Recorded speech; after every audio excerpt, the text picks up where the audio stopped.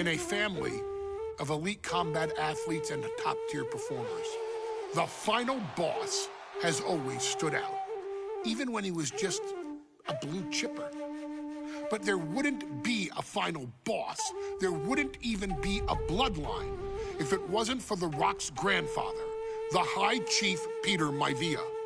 You can think of him as the first boss. Predecessor to the tribal chief. He is one of, if not the foundation for our family. The Anawa'i Fatu Maivia wrestling dynasty. I don't think there's anybody more responsible for what's going on now than the High Chief himself. Peter Maivia isn't simply one of the two principals behind the sacred blood bond.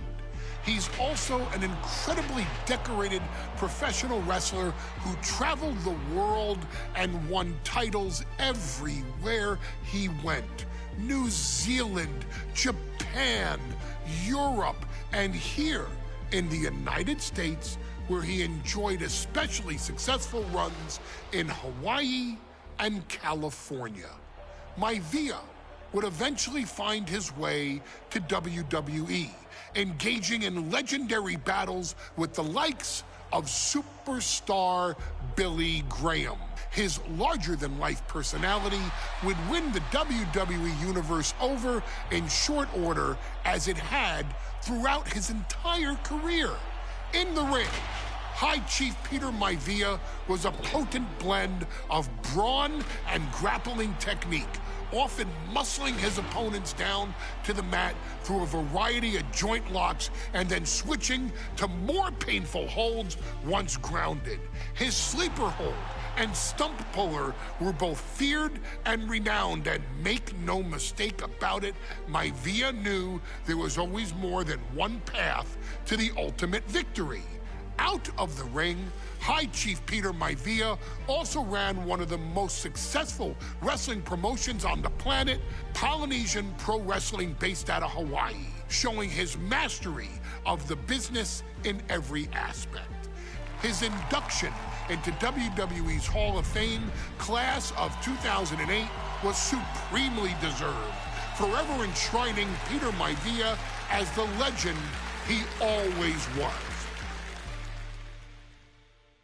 And now, we present to you the opportunity to walk in the boots of the legendary High Chief Peter Maivia, facing off against one of the most legendary WWE rivals, George the Animal Steele. You will settle this score once and forever, and showcase the overwhelming strength of Peter Maivia, which has ever since remained as a hallmark for every single solitary member of this bloodline. Steele is no easy battle, though. He thrives in the chaos, one of pro wrestling's true madmen. He'll even try to eat part of the ring if he thinks it'll help him break you down. So do your best and honor High Chief Peter Maivia properly with a resounding victory.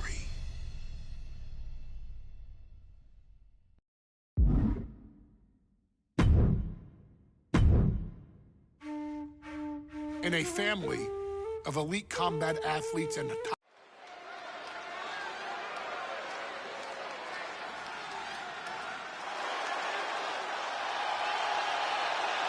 Uh-oh, somebody called the local zoo.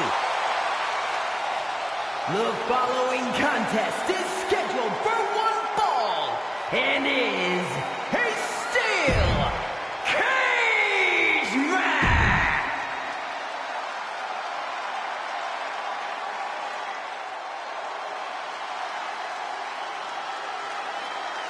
And strolling down the aisle, the opponent of George Steele, Peter Maivia. Always a chaotic matchup. His opponent from the Isle of Samoa, weighing in at 275 pounds, High Chief Peter Maivia. Steel had better keep an eye on Maivia because Maivia is a true brawler. Few men can handle the chaos of the animal inside a steel cage, but I believe the height...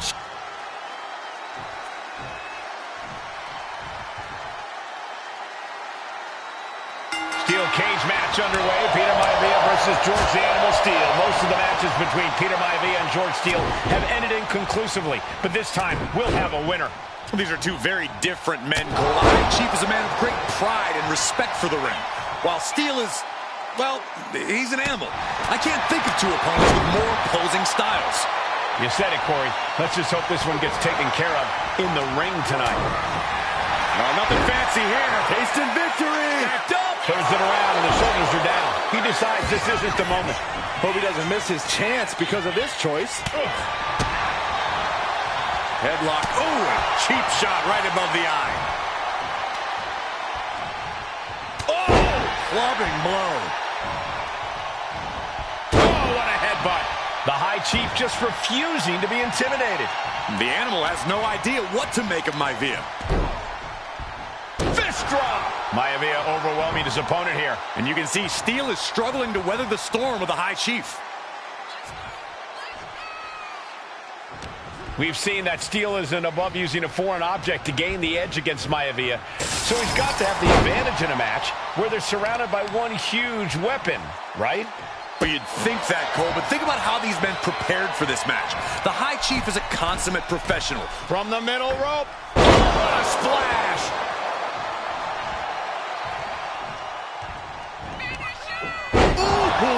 Maivia just dominated the animal with that one. Oh, my goodness.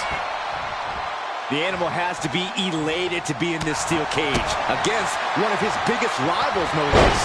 Yeah, Byron, we've seen the animal brandish a weapon against Peter Maivia with a plan in mind. Backbreaker! Is it enough?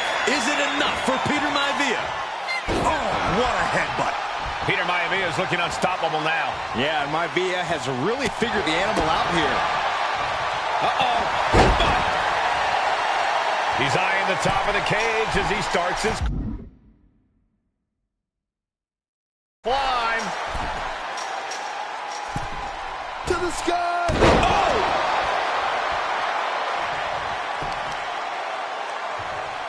And he counters. And Steele isn't looking helpless anymore. This could be a good chance for Steele to get some distance and rethink things. When a man like Peter Maivia signs up for a match with the animal, he doesn't know what to... Oh, hold on. Is he thinking of a submission here? Not a hammerlock applied. Just excruciating. Able to punch his way out. Oh, what a clothesline. Double axe handle.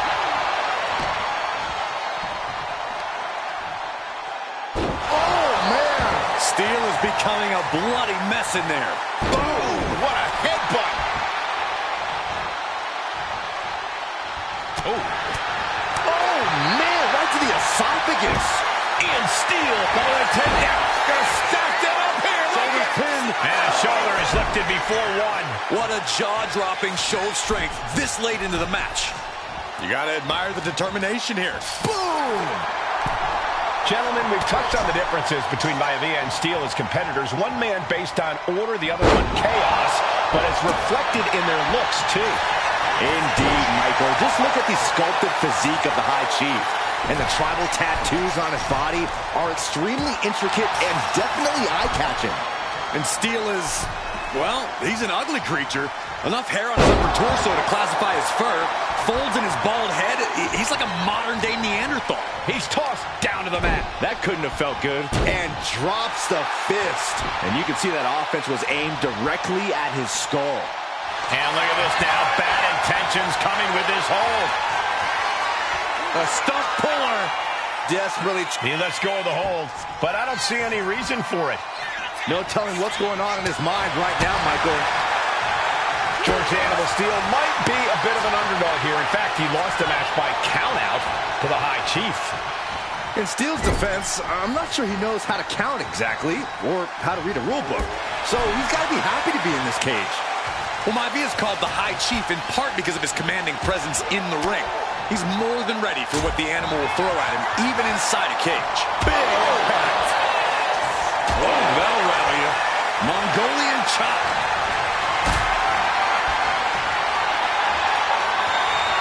Uh-oh. Has to find a way out of this. Starting to climb up the steel cage. From the top. Hot right in the stomach creates the separation. George Animal Steel is not a wrestler by any stretch of the imagination, guys. He's a true brawler. And he might be the best brawler in WWE, Michael. There is no shortage of fight in the Animal. But you know who might be a better brawler, guys? The High Chief, Peter Maivia. And when you consider that Maivia is also an excellent high flyer and a great technician, well, you can see why the High Chief is the favorite in this match, even with the steel cage stipulation. Beautiful suplex.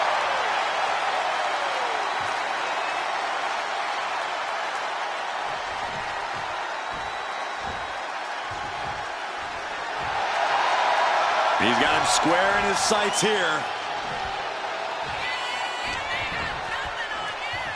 Rocked with a headbutt, but not done yet. A second one. And now a third. The High Chief Peter Maivia really making a name for himself at WWE, but he's had plenty of experience on the way up. Plenty of championships on the West Coast, but he's made the biggest splash in Hawaii where he earned... Shoulders down. Does he have it? His arm shot off the mat before one. How did he do that? Oh, what a kick. Arm wringer. Their opponent but gets countered with a right hand.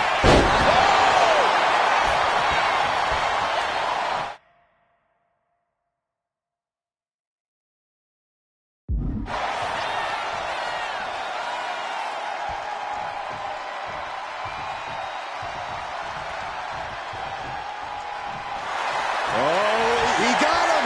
Is he going to lock this in? A stump puller. This could be it. Tap out. There it is. And the High Chief defeats the Animal.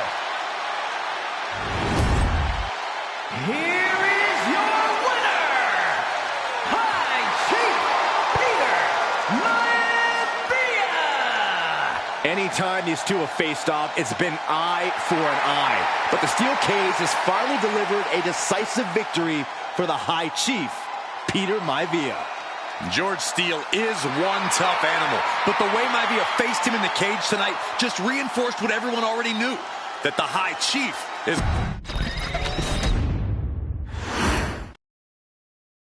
She's not like most girls.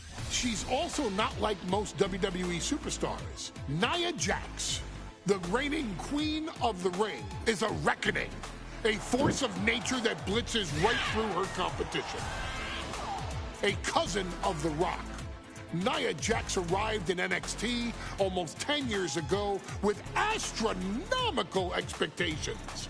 Undaunted, Nia Jax would dominate early opponents, finding herself competing for the NXT Women's Championship mere months after her debut. It did not take long for those running Raw and SmackDown to take notice. Well, our next pick, Nia Jax.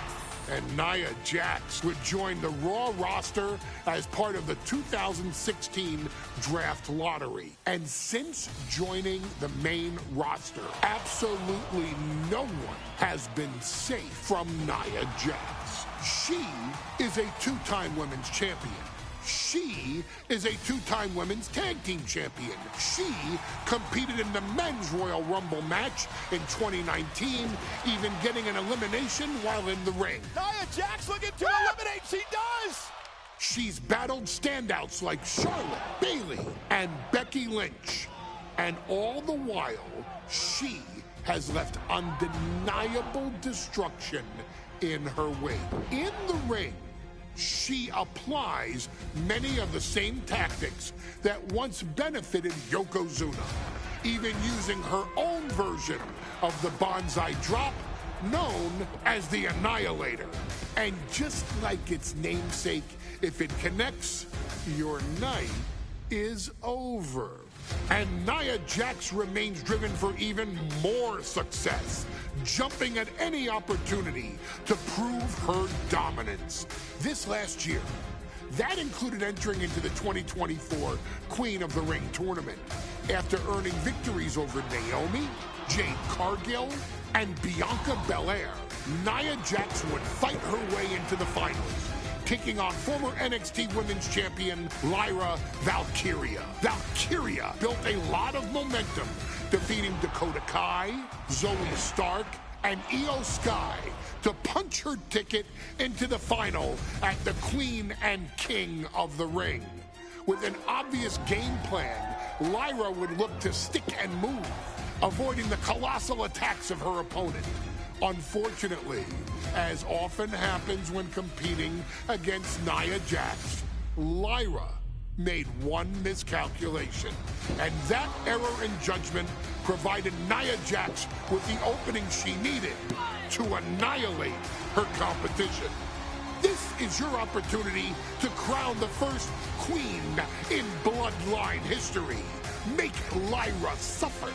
Make her regret ever entering your ring. Showcase the otherworldly power that forces an entire roster to cower in your presence. Because when you're an irresistible force like Nia Jax, resistance is futile.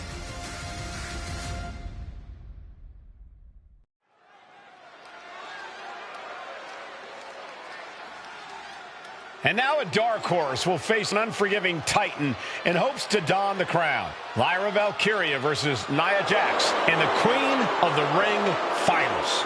The following is the final match in the Queen of the Ring Tournament. Introducing first, from San Diego, California, Nia Jax. I cannot wait to witness what unfolds here. The irresistible force has been on a tear recently. And Nia believes the crown already belongs to her. Will Jax's menacing presence and sheer power be too much for Valkyria to overcome? Or can Lyra write a happy ever after ending to her Cinderella story?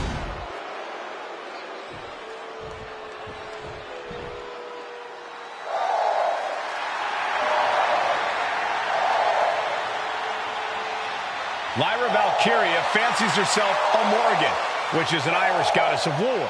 As they were on the battlefield, they used to take the shape of ravens to fly around and decide who would live and who would die. That is what Lyra Valkyria is bringing to the ring here tonight.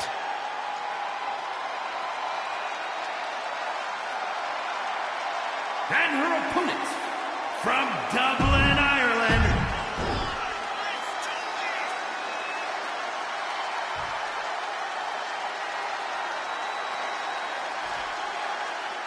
and it's all come down to this, the finals of the 2024 Queen of the Ring Tournament. Jax Valkyria, who will walk out of Saudi Arabia with a crown and a ticket to a world title match. And Nia now misses wildly. Lyra goes up over the top. Nia's got it caught, though. Lyra trying to rely on her technique to bring down the irresistible force, but having no luck at the moment. I'm not sure this is going to work either. Jax just entirely too strong, but whoa! That was interesting. Oh, nice athleticism by Valkyria. Even Jax might be a little impressed. I wouldn't go that far, Saxton. Here comes Nia, just imposing her will on Lyra Valkyria. Again, Lyra showing how resourceful she is, applying the sleeper to Nia Jax. Lyra tried to hold on. And now Nia Jax in control, and she's going to look to put Lyra away. Nobody home! Set outside the ring, and Valkyria's got a chance. Huge window of opportunity. Right now for Lyra Valkyria to strike. Lyra may actually pull this off. Lyra may become queen. Lyra has the advantage. She has Nia reeling. But Lyra can't win Queen of the Ring with Jax on the outside. This match has to end in the ring. Lyra Valkyria, one of the most technical wrestlers in NXT Women's Division history. But the game is about so much more than technique. It's about experience and timing, knowing when to tap into certain parts of your psyche. Nia knows this, and we've seen it for years. The big question is, does Lyra? Oof, kick finds it.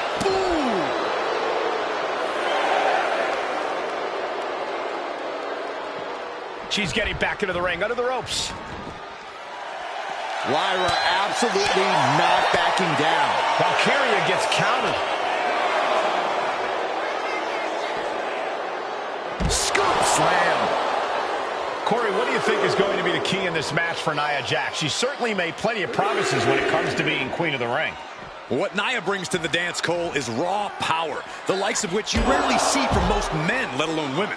Nia has absolutely no problem using that power, and the same goes for her throwing her weight around in the ring. Lyra Valkyria might just learn that the hard way tonight. Referee's nearing the end of the count. Better get back in the ring.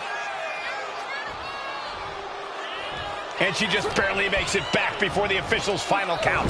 Propped up in the corner. Boom. Vicious headbutt. In just a matter of minutes, we'll have our second queen of the ring.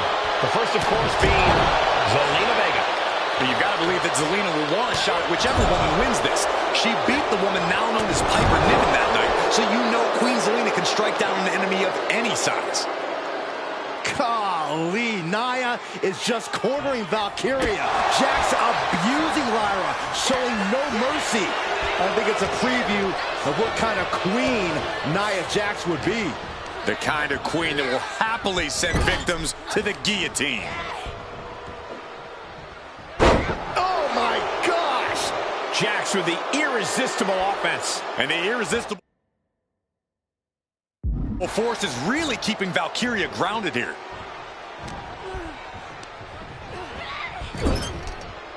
Bad sight here, dangling helpless in the corner. Boom! Read that one. Many in the WWE Universe getting their first look at Lyra Valkyria. She's only had 3 main roster matches so far, and they were all in this tournament. Big wins over Dakota Kai, Zoe Stark, and Io Sky over the last 3 weeks. That's an extremely impressive start for Lyra. Wow, undefeated for 3 weeks? When Nia Jax joined the main roster, she didn't lose a match for over 7 months, and Jax has stayed that dominant for years. Nia Jax out of harm's way.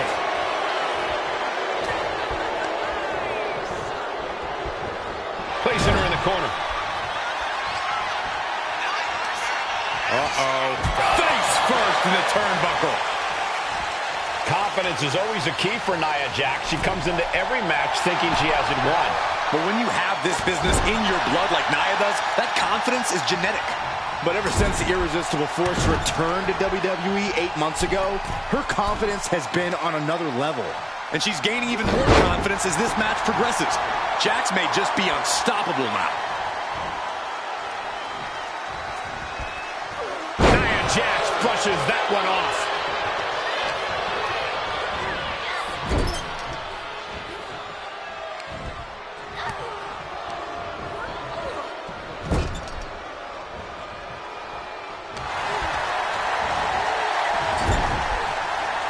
Legs getting tangled in the corner, stuck in the tree of woe. Stuck in the tree of woe. They are doing whatever they please. Prime example of working smarter, not harder. That's what I say. There's so many... Uh-oh.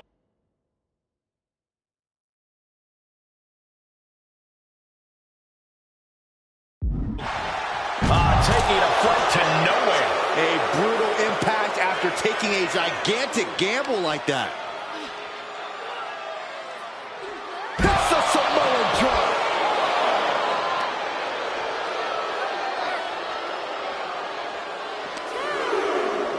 And she slides her back to the mat.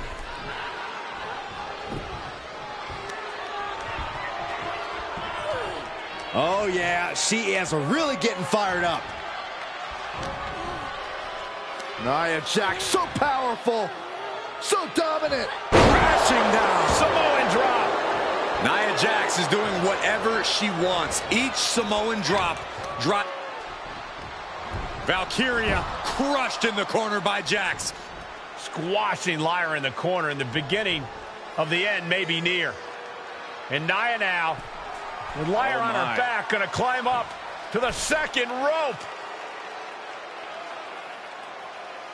This is a scary situation for Lyra. Oh, look at this. Maybe not. No way. There's no way. Oh, my. Oh, no. Good night, Annihilator. Here is your winner and the new Queen of the Ring, Nia Jax. What a victory to the brand new Queen of the Ring. Nia said she would do it, and she backed up her claims. And now the Chief Content Officer of WWE and Triple H going to come in to congratulate Nia Jax, officially crown her the Queen of the Ring. Absolute dominance by the new Queen.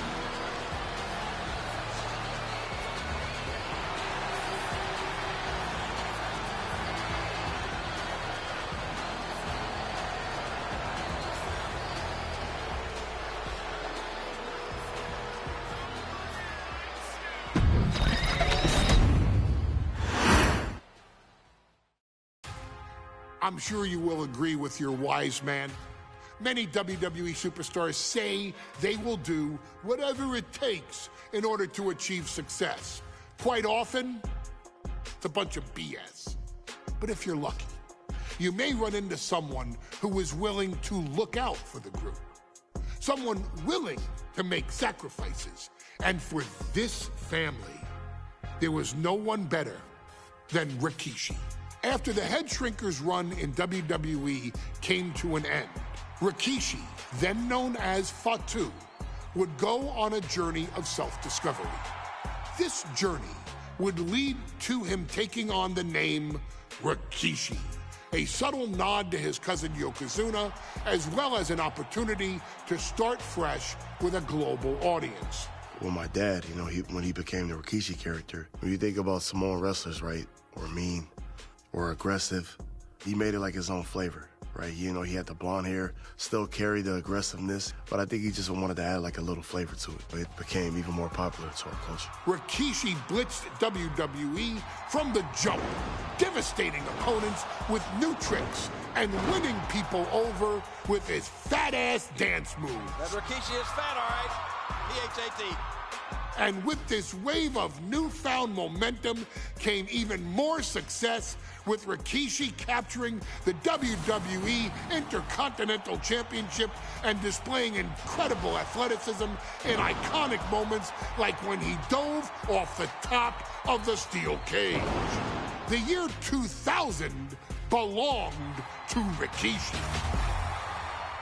But little did anyone know, Rikishi held a dark secret regarding a decision he'd made not for his own benefit, but for the benefit of the family. It was at the 1999 Survivor Series that Stone Cold Steve Austin was hit by a car in the arena parking lot, forcing him from the main event later that night for the WWE Championship. For nearly a year, all of WWE was consumed with figuring out who was driving that damn car and why Austin was targeted in the first place. The verdict came in. The car was driven by Rikishi. Rikishi would stand strong. Stone Cold Steve Austin. I didn't do it for me. I did it for The Rock. What? Rikishi would lay out a years-long gripe that WWE preferred Steve Austin to The Rock, and so Rikishi had made sure that The Rock's only competition had been removed from the picture. Rikishi sacrificed his own popularity to reach this goal. The Rock thrived, while Austin was on the shelf. For Rikishi, the struggle and fall was all worth it. Rikishi knew that he would eventually have to face off with the Texas Rattlesnake to answer for his sins. And he welcomed that meeting with open arms. What Rikishi was unprepared for was for WWE to stack the deck entirely, looking to make Rikishi pay for taking out their golden goose. Stone Cold Steve Austin was allowed to drive his truck directly to the ring and was generally given the freedom to do whatever the hell he wanted in the name of revenge. We are going to make things right. This time, when Rikishi and Stone Cold Steve Austin lock horns, there will be no stacking of the deck. Someone willing to give of himself so that his family, this family, can succeed, deserves better. So get in there and showcase the never say die spirit that has led this family to victory time and time and time and time and time and time again. Use whatever weapon you can get your hands on and prove to Stone Cold Steve Austin that you will do anything for the people.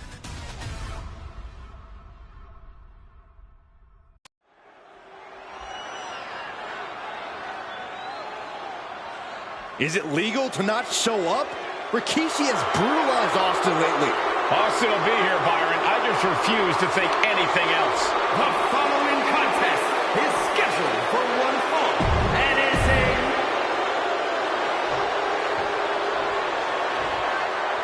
Is he here? Well, there's the Rattlesnake's music. He's here. Austin's here. Stone Cold Steve Austin came here with no fear, no hesitation, just revenge. His opponent from Victoria, Texas, weighing in at 252 pounds, Stone Cold.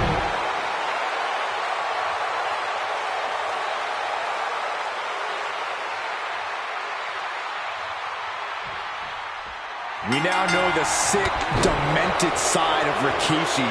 Rikishi almost cost Austin his life and said he's here tonight to finish the job. Listen, Rikishi has seen members of his family be skipped over while other superstars skyrocketed to unimaginable heights. Rikishi feels it's The Rock's time, not Austin's. It's been a month of stunning revelations, all leading to the in-ring return of Stone Cold. My God. And though The Rock wants nothing to do with this altercation, we have to mention the sadness Rikishi has brought to him. Rock might be innocent in this whole ordeal, but I feel that somewhere inside his soul, The Rock is happy with what Rikishi's done. The Rock is proud to have Rikishi and his family. No, Corey, what kind of lies are you trying to spread? We've heard Rock say Rikishi deserves what Austin is going to bring him. There's no family pride in that statement. I'm just saying that blood is thicker than water, and it's been an easier ride for Rock without Austin in the picture, and that's thanks to Rikishi. Sounds more like Rikishi is trying to take credit for all The Rock's success. What a headbutt. Vicious. Why are they coming over here? Lots of space and concrete, that's why. This conflict is beyond disturbing. Corey, what's going through Rikishi's mind when it comes to defeating Stone Cold? Rikishi has to be prepared to endure an emotional storm like he's never felt before. The big man must recover from that and use his weight to immobilize the Rattlesnake, because we know Austin will not stay down. Hey, looking at my monitor, it just makes me sick to my stomach watching Rikishi. This is a man who has no remorse and feels justified for running Austin down like a dog. Look, to be devil's advocate, you've got to look at Rikishi's perspective. He's proud of his Samoan lineage and saw an opportunity to give his people a leg up in the Shark Tank that is WWE. Oh, are you serious, Corey? Rikishi ran over another human being. We're fortunate that it only put Austin on the shelf for 10 months instead of his whole life. It's sick that you would even condone what Rikishi did. Don't twist my words, Saxton. I'm not saying I condone Rikishi's actions. I'm just saying I understand them. Under the ropes and back into the ring. Now Rikishi has the firm upper hand. Rikishi with an onslaught here against Austin. Dare I say, Stone Cold could be in trouble. Here's Austin sent hard to the outside. And this one's taken to the outside.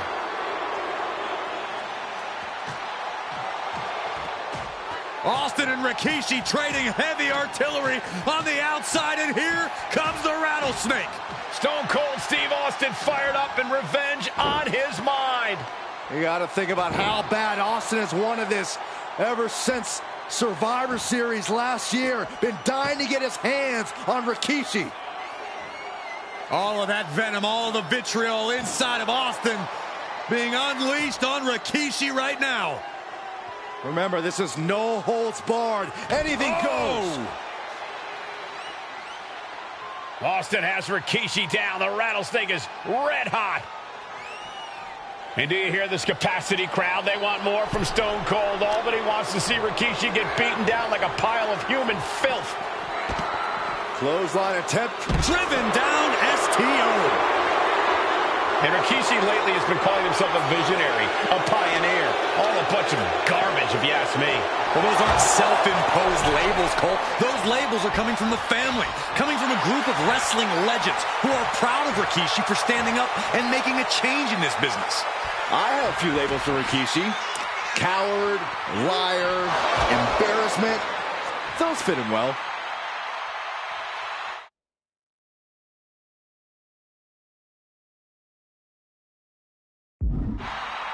Ooh, that hurt. Anything Austin is trying is being suppressed. No one holding Rikishi's family down now, taking out all those years of frustration on Austin here. Ooh, great anticipation. He quickly slides into the ring. And we know how despicable Rikishi has been, but to throw a finger on Rattlesnake's nest, Rikishi goes and destroys Austin's truck with a sledgehammer. Well, hell hath no fury like a man who has his car tampered with. It's just extra motivation for every fist Austin lands in this fight. Oh, my goodness. Just punishing their opponent. Just punched him right in the mouth. Well, it's enough already.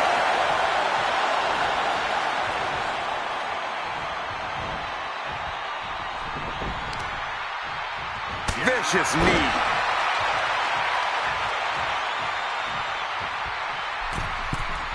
From the middle rope. Oh, took it high risk, but was off the mark. There's been a lot of vitriol coming from fans towards Rikishi these past few weeks, and this Albany crowd is continuing that pattern of disdain. You think Rikishi cares about the fans, though? No, not at all. He truly believes he's done something for his family, for his people. His family's respect is the only respect he's desperate for. Dribbling the opponent's head like a basketball.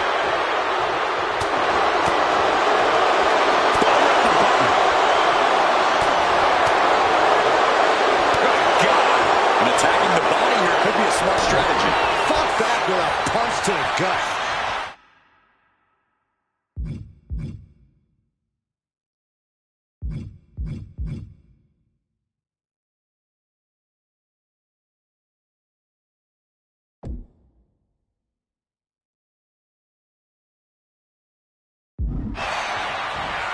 Side Russian leg sweep. Makes the pin. This might be it. And he only stays down for a 1 count. He's still got him. Oh, no, What's he doing? He had this match in the bag.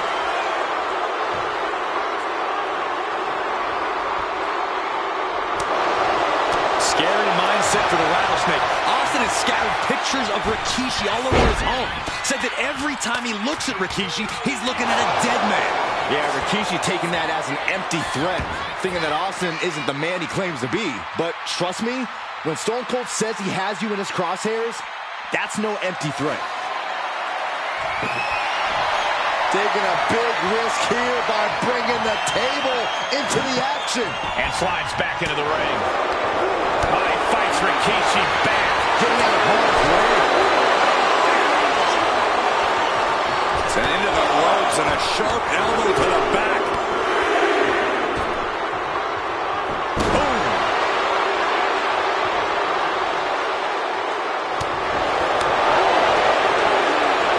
Effective counter. Counters and counters. Each superstar with the for each other's offense. Trading back and forth blows now. Oh, the reversal by Rikishi.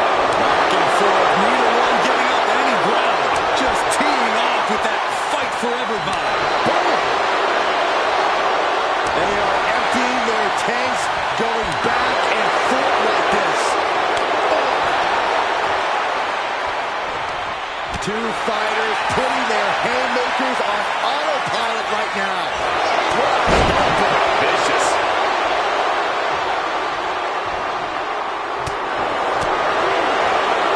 Right in the breadbasket.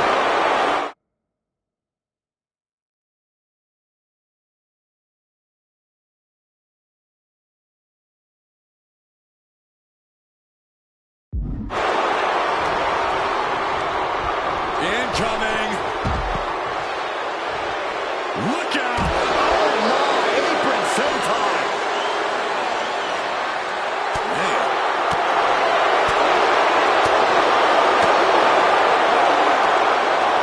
And he retaliates. Oh, what a DDT. He's looking for something. This could get dangerous. Catches the kick. Clothesline takes him down. Forget about it.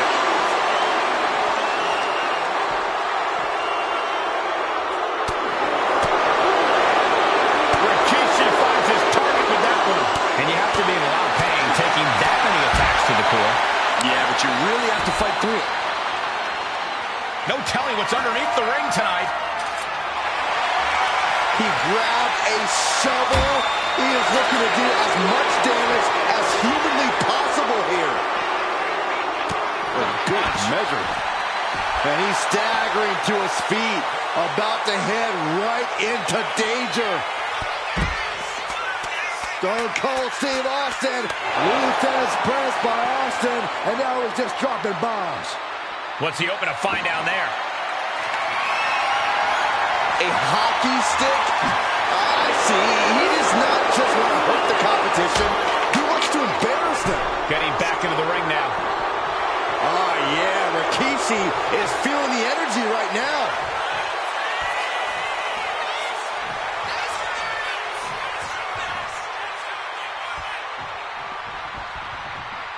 Vicious right forearm. Kick gets caught.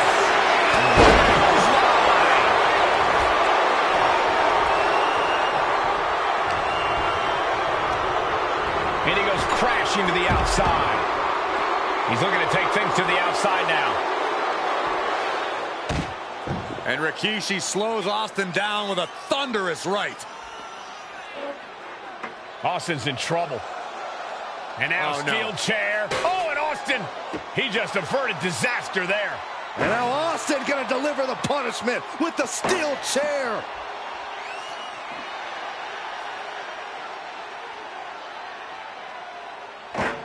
A relentless Texas rattlesnake beating the brakes off of Rikishi with a steel chair. And again, thunderous blows by Austin.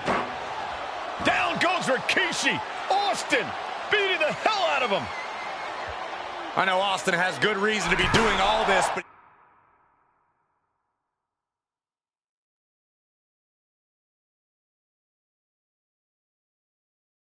he could be taking it too far at this point. I don't think the rattlesnake is taking it far enough, Corey. Austin wants to put Rikishi's life in danger, just like Rikishi did to him. And he gets delivered back into the ring. Rikishi is down. It could be over. Good Lord, scarily close to 3.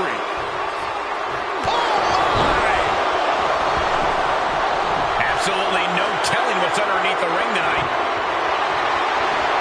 Finds the table, and guys, I do not see the table being long for this world.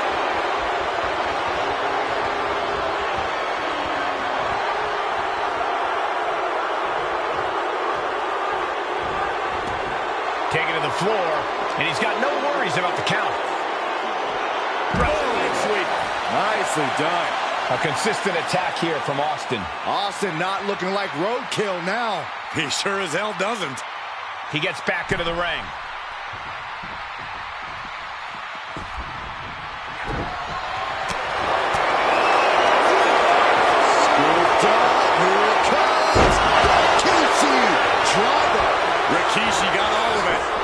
Pushes to the cover. But is it enough? Oh, shoulder up before 3. What a kick out by Austin. You can never count. Uh-oh. Rikishi driver. Is that enough to take out Austin? For the win. 2 count. Rikishi somehow defangs the rattlesnake. Damn it. The winner of this bout, Rikishi! This is not what many of us expected to see. We wanted to see retribution, but Rikishi was too much of a monster for Stone Cold tonight. The vitriol that consumed Rikishi powered him to finish the job and leave a battered Austin in his rear-view mirror.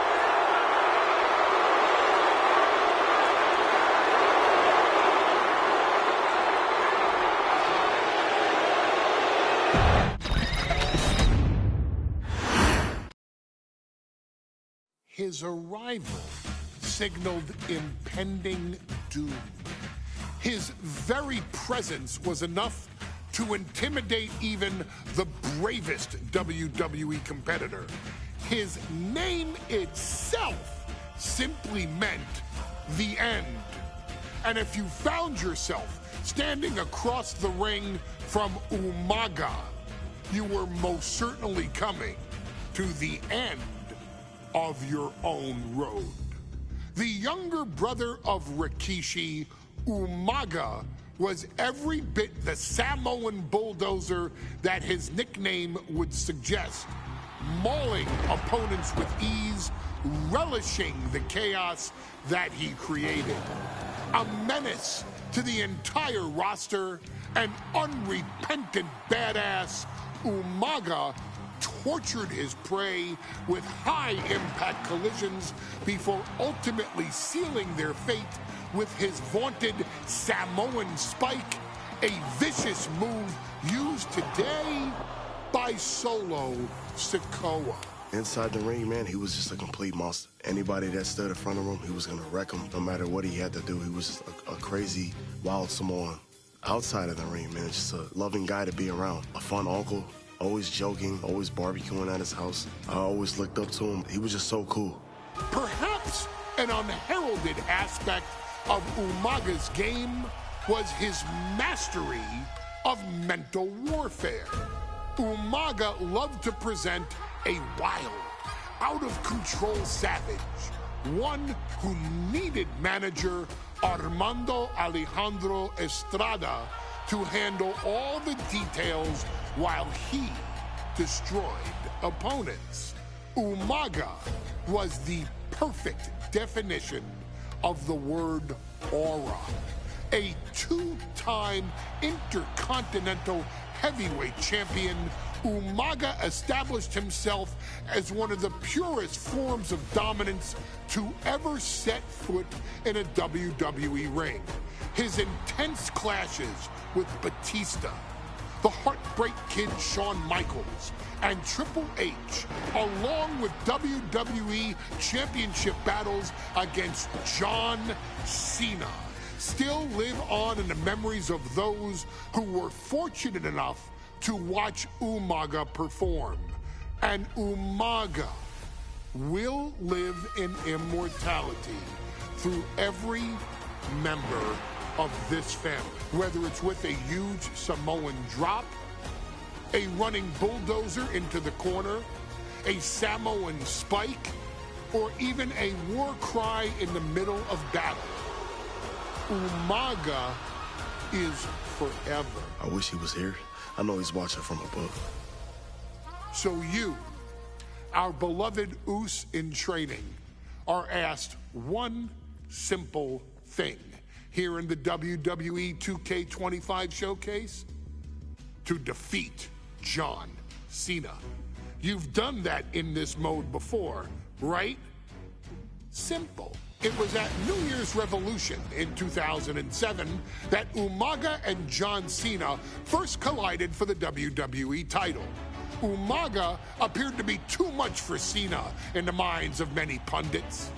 Undefeated in WWE some 9 months after his debut, and things were going very well for Umaga. Until they weren't. Umaga would see his undefeated streak end by, of all things, a damn roll-up after rushing directly into the outstretched shoes of John Cena. 1 second of luck allowed John Cena to escape the inevitable, and now it's on you to fix it. Head into that ring. Showcase Umaga's cruel brutality and get Umaga the WWE Heavyweight Championship victory that he should have gotten in the first place. I assure you, my dear friend, Armando Alejandro Estrada will make sure nothing else goes wrong if you take care of business inside the ring.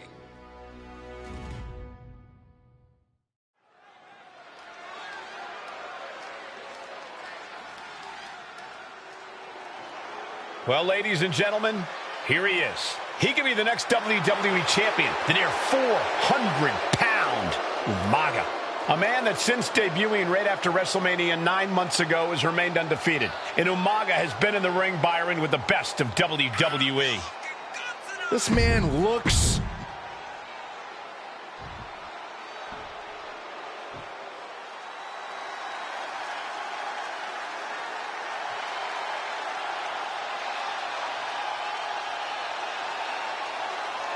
A phenomenal ovation in this arena because the champ is here.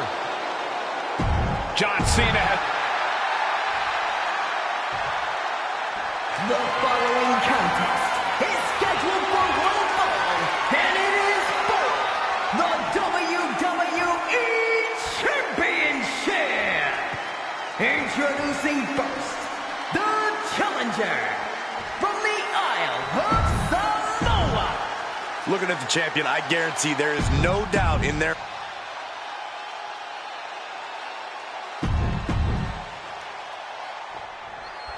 John Cena and Umaga battling here for the WWE Championship. Will John Cena halt the Samoan Bulldozer's path to destruction? Cena's going to have to go all out to accomplish that. No one has been able to withstand Umaga thus far. This brutal Samoan has made a mockery of his challengers and is perhaps the ultimate super heavyweight threat. Cena could be in for the greatest challenge as champion tonight. But if anyone can overcome the terrifying ruthless... From the top rope, all the way to the outside. Trying to do as much damage as humanly possible. But at what cost? Umaga is truly a specimen to marvel at, Corey. And his handler, Armando Alejandro Estrada, knows he has a thoroughbred on his hands. There's a difference between thoroughbreds and Umaga, though, Cole. Thoroughbreds can be tamed. Umaga cannot. Estrada can only serve as a mouthpiece for Umaga. He can only help direct Umaga's blind brutality.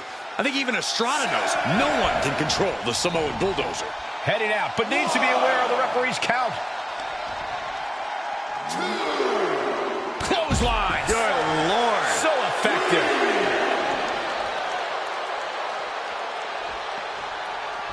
Umaga heads up. This is going to be nasty.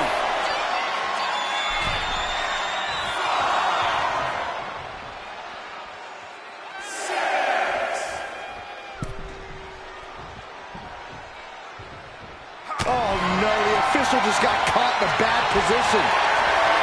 A rare position for Cena in this fight. We can't often say John's over. Take it over! Going for the win here. The challenger is going for it. What was that? He had him exactly where he wanted him. Stamina is going to be a key factor in this match tonight. Can Cena weather Umaga's vicious attacks? Can Umaga keep up the offensive pressure as Cena drags this into deep waters? I think you're right, Cole. This might just come down to who has more gas in the tank.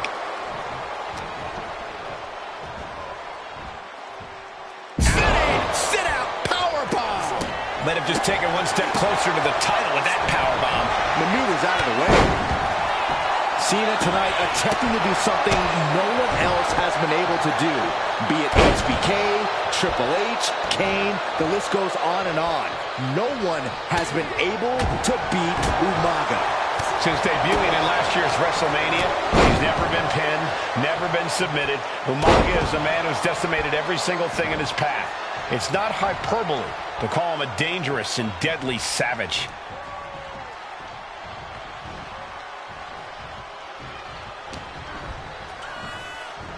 Oh, here it comes. Oh, man. Spiked him. And Cena is taking on a lot of offense now. Cena has no response for Umaga's savage and brutal offense. Boom, what impact. And Umaga, of course, coming from a very rich heritage. Some of the greatest athletes in any sport come from the Samoan heritage. Umaga's aggressiveness can be traced back to his bloodline. When you're fighting a Samoan, you are battling a tough, scary human being.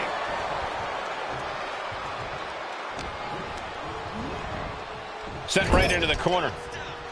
Caught him right in the jaw. Ugh, what a shot. And with the attacks Umaga has been delivering, you have to think about internal injuries mounting on Cena now. A completely relentless attack from Umaga. Umaga is simply overpowering John Cena right now. From the middle rope. Oh, what a splash. Oh, God. Oh, no, I think that one busted up Cena's face. And I could look at Umaga, and he reminds me of Yokozuna. His unmatched thickness and size is an orthodox offense. Look at Umaga's thighs, his calves. They give him a grip. And Cena flattened in the corner. Umaga's just overpowering him. Look at the strength. Into the corner, just setting Cena up. You have to start to ask yourself, is the end of John Cena near? I think so. Look out! What a headbutt. No one has been able to stop Umaga. No one. You are seeing why Umaga is undefeated. Why no one has been able to stop the Samoan bulldozer. Here comes Umaga, and Cena catches him with a boot. John Cena from behind, rolls him up, shoulders down, and a kick out by Umaga. And Cena immediately back into the clutches of Umaga. I'm not sure what else Cena can do here. I'm not sure John Cena knows how to stop Umaga.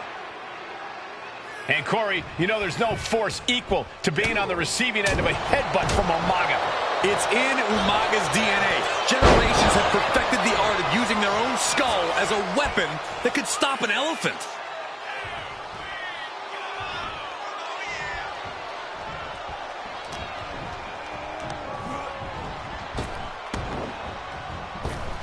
Caught the clothesline attempt. Into an STO. Sometimes I look at Umaga and it just scares me. I think he forgets that he's even in a championship match. Estrada is very aware of it, but Umaga sometimes looks oblivious to what's going on. Hold on a second. Could be a matter of time. Submission being locked in. It's locked in. Right now he's looking for any way to break out of this, and he does. Clothesline. So effective.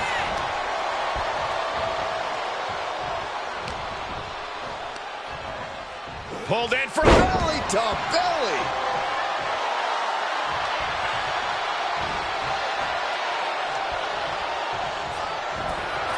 Here it comes. Samoan spike. The challenger comes to the pin. And the kick out. I knew it would take more than that to put the champ away. But just how much more is needed? The end could still be right around the corner. And I think we all know this is only going to make a monster like Umaga even angrier.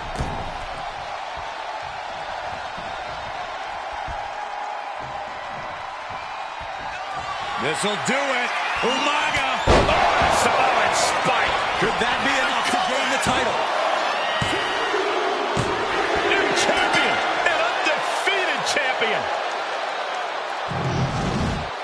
Here is your winner, and the new WWE Champion, Umaga! This proves it. Truly no one can withstand Umaga. The Samoan bulldozer has wrecked his way straight to the WWE Championship. Cena.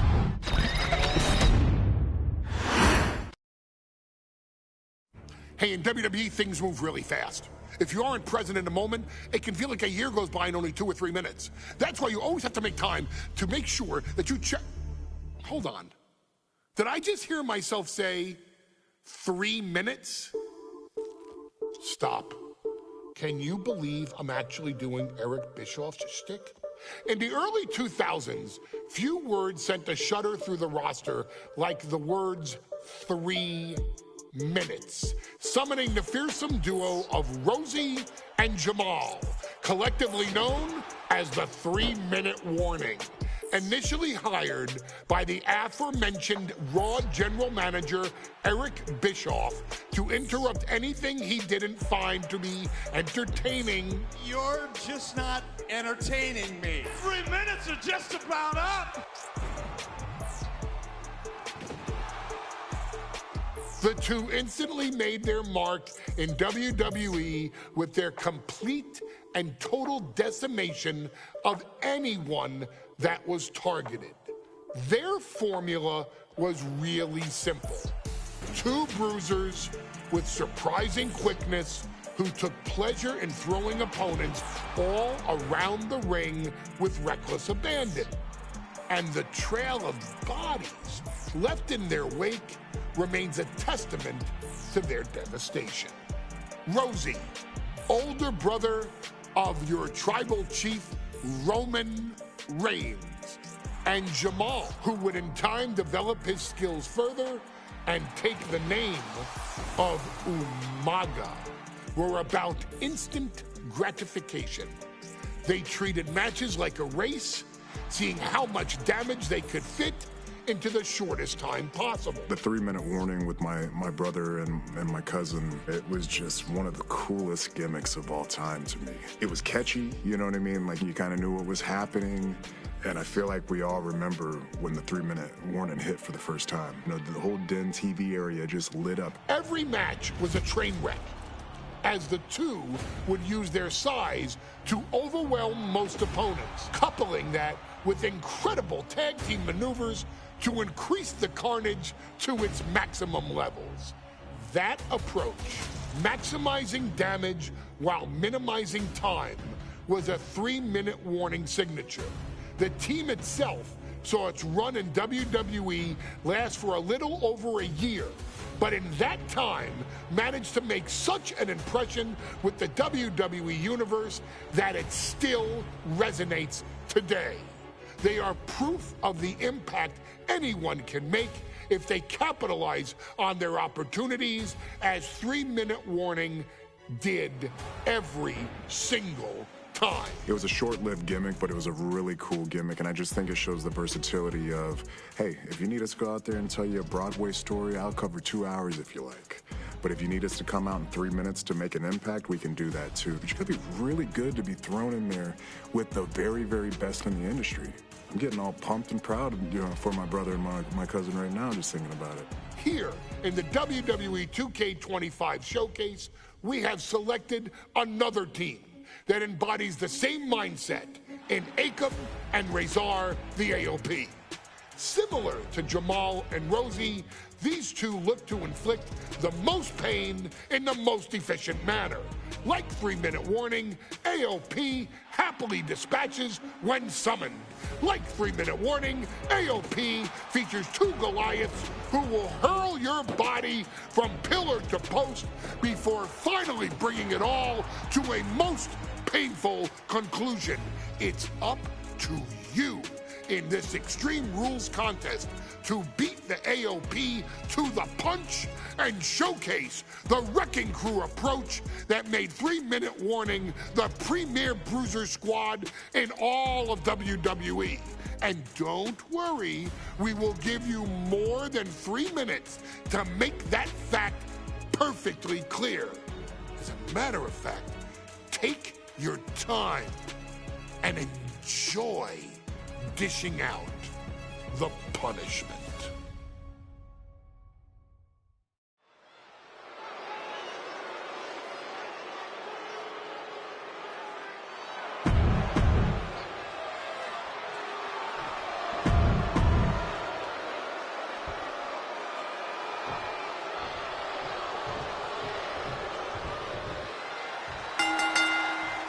Here we go with AOP and 3-minute warning going head-to-head. This is an Extreme Rules match, and it's a good thing it is, because neither one of these teams likes to play by the rules or limit their aggressive tendencies. Well, there is nothing on the minds of these men except dealing as much damage to one another as possible. Both 3-minute warning and the AOP excel at brutalizing their opponents and inflicting massive amounts of pain. But only one of them can be the best at it. We can safely predict that this is going to be an exceptionally gruesome and painful match to watch. Goodness gracious. Pay special attention to Rosie in this matchup. 6'5", 375 pounds. The man can run a 40-yard dash in 4.8 seconds. This guy is a pure athlete. Rosie played high school football with a legendary running back before playing college ball in Hawaii. And here's an early cover. And he kicks out. Not going to allow things to end this early.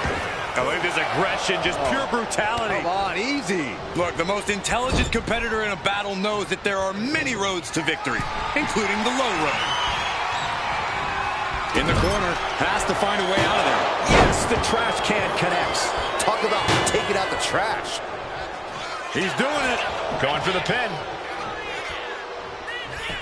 Elevates his shoulder ahead of the count. I didn't think this match was close to over. Just look at the size of all these superstars. The ring had to be reinforced before this match. Over 1,300 combined pounds colliding. These men are so big and so thick, it's a challenge to wrap your arms around them. It's really just best to find weapons and whack away. Yeah, and there's plenty of weapons to choose from tonight. What a chancery. Not the prettiest thing you'll ever see, but it sure looks effective from here. Lift it up. What's next? Clothesline to the back of the neck. Making his way to the top here. Flying. Whoa! Hammer and sickle. Shoulders down, cover. Just kicks out. You have to think this battle is starting to weigh down on him. He is getting rid of the turnbuckle pad. Don't say that too loud, Sax. You might get caught. Man, Rosie and Jamal, Akam and Razor representing the biggest, most imposing teams WWE has ever seen. Both teams don't care what the motive is, don't care who the target is. Their goal always remains the same, and that is complete destruction of the opposition. We call them equal opportunity ass kickers. The first few rows should take a couple steps back because no one is safe when you're in the vicinity of these teams. Totally helpless at the moment. Nice scoop slam. Hey, for the top rope, looking for something big here. From the heavens. I think rage took over in that moment. Nothing but blind rage. Forget it. AOP just fell to their demise. Not about to go quietly into the night. That took some serious endurance, I'll give you that. And it's going to take composure now. Could just need one more big move. Grabbing an item from under the ring is perfectly within the duties of being a manager. Rosie and Jamal tell their victims that they will feel the 3-minute warning. Well, it means a lot of superstars will get run over by the pain train, and it's only going to feel like the longest 3 minutes of their lives. When you're as big and strong as Rosie and Jamal, that's how quickly it can be over. And he's going with the great equalizer here, the steel chair. Bang!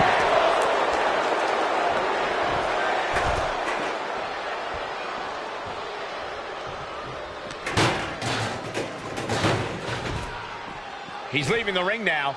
No countouts to worry about. Oh, man!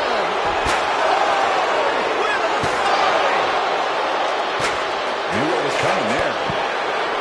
Watching the hardcore style of 3-minute warning. Both of these men are from the hood, so to speak. Grew up in the streets, brought up to be tough. Rosie and Jamal have a rough tenacity. A duo that couldn't care less about headlocks. They're just all about beating the hell out of you. 3-minute warnings, thug-like tactics need to be respected. Rosie and Jamal only care about one thing, and that's the winner's purse. Boom! FTO plants it. Nicely done.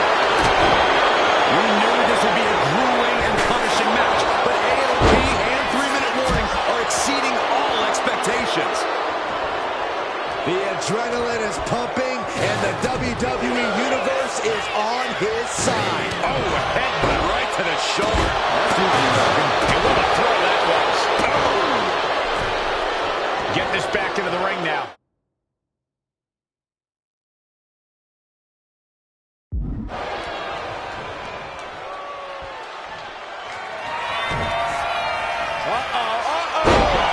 Into the choke slam. What? What just... I can't. Agreed, Saxton. Looks like how much damage this superstar could absorb. I thought it was over. The WWE Universe thought it was over. Well, you got to do a little more to finally finish this. Now is not the time to wallow in disbelief. Pressure must be kept on.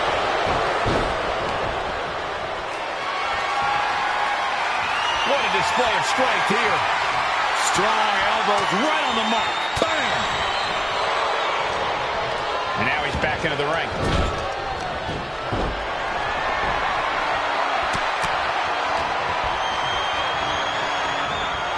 Gets out of the ring. What's going to happen now? Ooh, stiff punch. Coming for the win! And he kicks out of the pin and one. This is where great cardio makes all the difference, helping you stay alive deep into the match. No! Looking for something, anything under the ring. And he's going with the ladder, which is a risky choice no matter how you use it. Not looking good. In this position. I think he's totally gassed. And his body has to be in extreme amounts of pain right now. Superstar setting up. What an aggressive side slam. This is going to the absolute limits. It's time to catch that second, maybe even third. Soaring from the top with a splash. 3-minute warning might just be done messing around. This is a whole new level of chaos and brutality. 3-minute warning and AOP just keep upping the ante on each other.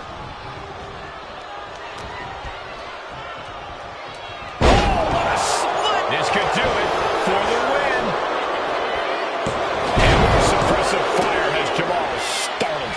Rezar must be having thoughts of ending things soon. Returning back to the ring. Jamal laying down the gauntlet for his opponent. He's headed out to the ringside area. Spike Rosie now into the cover. Rosie and Jamal survive Extreme Rules. Here are your winners, Rosie and Jamal. 3-minute warning. Gotta give it up to 3-minute warning. In a contest between two of the most badass squads we've ever seen, they were the tougher competitors. Yeah, but AOP certainly made 3-minute warning earn this win. Just think about all the carnage we witnessed here tonight.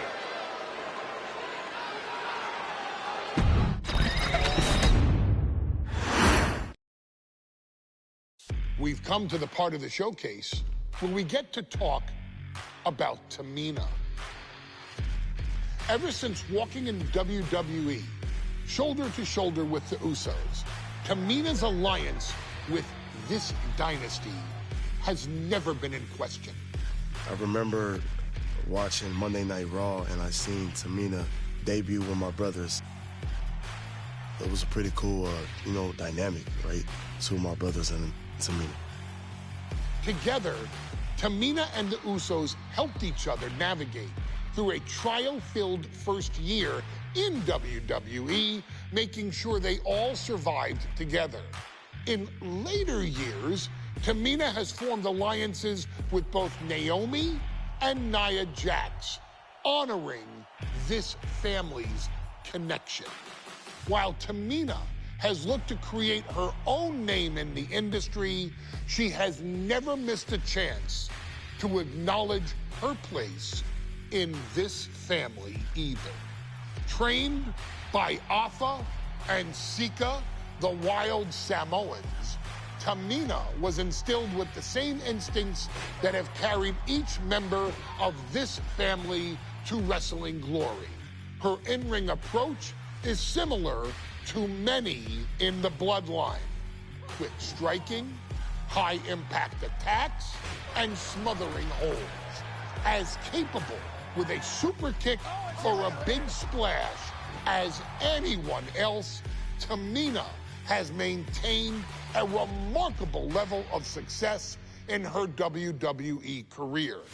A constant contender, Tamina has competed for the Women's Championship on many occasions. She's also held the Women's Tag Team Championships along with 9 separate reigns as the 24/7 champion. Tamina has proven capable in any environment against any opponent. Tamina is always the perfect test for a rising contender. Defeating Tamina proves that you're at the top of your game, and she will always expose those who aren't quite ready yet. Taking her lightly is the easiest way to book your visit to the local medical facility. Tamina has taken part in many memorable moments, but in the 2K25 showcase, we're going to give you the chance to make history. In the first ever women's Money in the Bank match, Carmella, of all people, would walk out victorious after letting someone else do all the work. Tamina, Becky Lynch, Natalya, and Charlotte Flair were all robbed of a great opportunity that night by Carmella. So this is your chance to make it right. Showcase Tamina's grit and take out the other 4 ladies in this ladder match to become the first ever winner of the Women's Money in the Bank. Carmella might still sneak out with the win, but if she does, she's doing it on her own, because we're not allowing anyone else at ringside for this match in our showcase.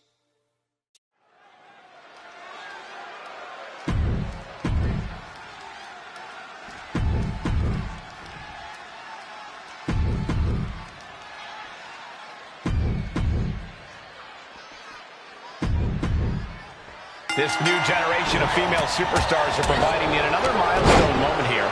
Tamina, Charlotte, Carmella, Natalya, and Becky Lynch are going to climb the ladder and retrieve the briefcase, become the first ever Miss Money in the Bank. Up for the electric chair, down for the drop. No safe haven in this match. These ladders can be your best friend or your worst enemy. There's no allies in this match. It's everyone for herself. There is no room for friends when history's being made. Not when you can go down in the record books as the first Miss Money in the Bank. Remember, the first woman to climb the ladder and retrieve the briefcase will become the first ever Miss Money in the Bank.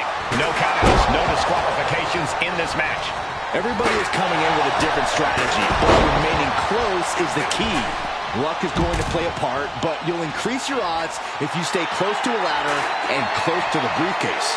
He's making the climb to the top rope. Becky Lynch with a great shot. What's Becky preparing here? Down with a suplex. And looking at the playing field, the majority of these women love to utilize their submission offense to put opponents away.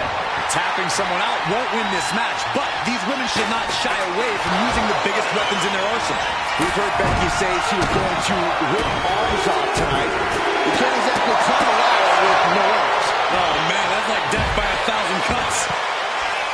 Tamina not caring that Becky's a fan favorite. The crowd's adulation is meaningless. All that matters is the contract suspended above the ring. Tamina has been showing so much dominance in this match. Tamina landing heavy offense on Charlotte. Charlotte thought tonight would be an ascension to her throne. Tamina's here to ruin that dream. Big forearm. The contract that can change lives hanging above the ring. Probably the most profitable opportunity in our sport. 15 out of 17 superstars have successfully cashed in the Money in the Bank contract. A surprise cash-in has only failed once, and the other failed cash-in was alerted to a week in advance. You are almost certain to become the next SmackDown Women's Champion if you grab the contract tonight. Oh, right in the solar plexus. And the boat struggling a bit to stay afloat there. Yeah, Tamina just inflicted as much pain as possible and enjoyed it. Just how desperate do you have to be? Why not a fair fight, huh?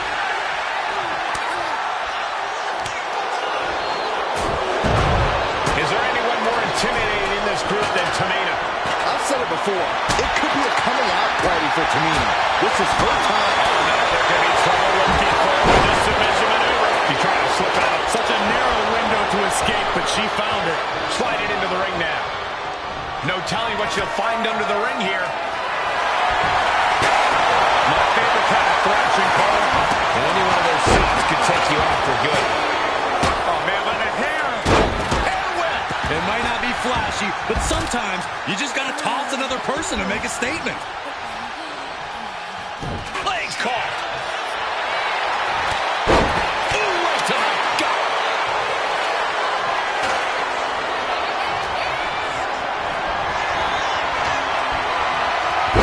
Power slam. 3 second-generation superstars competing in this match. Carmella, Charlotte, and Tamina. There's also, of course, a third-generation superstar. Women bred for these kind of moments. Any of these women will be a significant chapter to her legacy if she can become the first Miss Money in the Bank.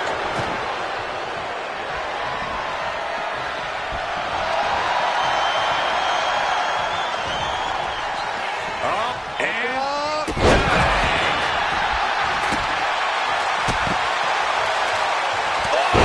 fluttering blow. She's being derailed here. Yeah, the effects of this ladder match are not going to go away anytime soon.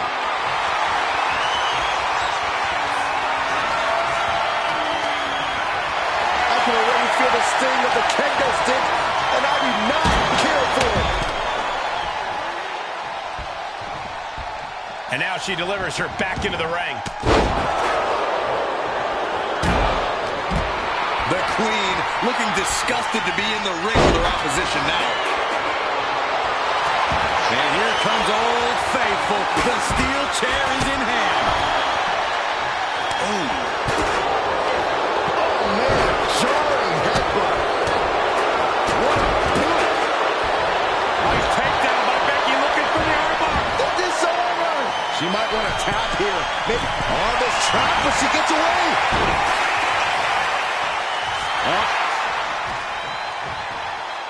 Nice reversal by Charlotte Flair. Charlotte driving Tamina, and both tumble to the floor. Both women crashing down hard. The Queen, Charlotte Flair, the first to her feet, surveying the situation. Oh, my. Driving Tamina into the steps. Well, you are seeing a heightened level of aggression, heightened level of intensity from all these competitors because of the stakes involved. Guys, where's Charlotte going? And Flair looking to up the ante now from the top. Oh, my goodness, taking out everybody. The Queen rising to the occasion. What you just saw is why we say Charlotte is genetically superior. Yeah, undeniable athleticism from the Queen. Can it pave her way to the top of the ladder? And Liz got caught that time by some hard-hitting offense. This deep into a ladder match, the last thing you want is to start breaking down.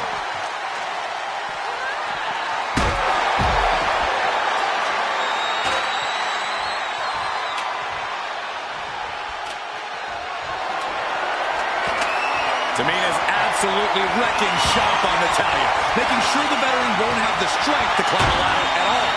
She's stretching, but can she get a grip? This is a risky play, but could be the only opportunity on the bench. Carmella trying to snatch the contract. History in Mella's hands. Straining to get this thing down. You gotta do everything you can at this point. Uh-oh, guys, she is bleeding now. Now the sight of her own blood can either fuel her with adrenaline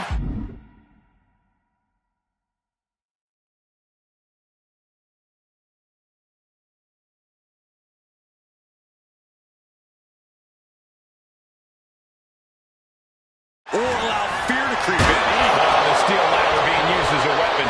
Using the elbow as a weapon. Money in the Bank briefcase still hanging high. This is what it's all about. The opportunity of a lifetime. What are you willing to do? How much can you sacrifice to be the first Miss Money in the Bank? Got them off their feet. Face first, slapjack. And she anticipated what was coming. And that was an efficient display of offense with that maneuver.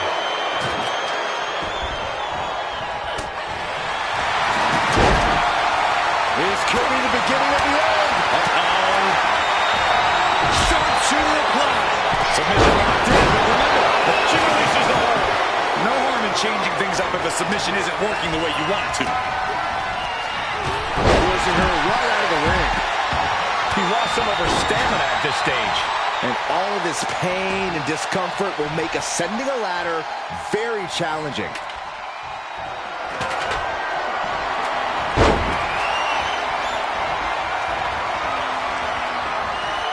Counter from Tamina.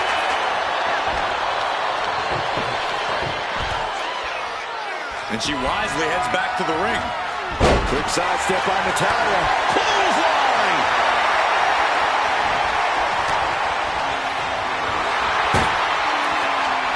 She's getting fired up. Ready to... Oh, my goodness. That's it. Goodness gracious. Destruction everywhere. Victory is within reach now. I assure you, this is even harder than it looks. Trying not to fumble around too much here. Natalya has a grip on the briefcase. Natalya's going to do it. She's going to do it. Could be mere seconds away from unhooking it now. History on the line. Guaranteed championship opportunity. Nothing but carnage happening in this one. 5 women fighting for their key to destiny, willing to go through hell for it. The longer this goes, the more likely we can see a hard crash back to the canvas. Spear by Charlotte. And there's a good blow to the body. And a stiff shot to her clothing. Just got clobbered. Unexpected result there.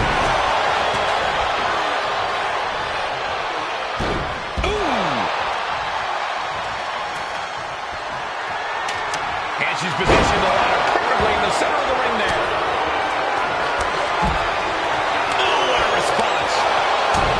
And the WWE Universe continues to remain on their feet.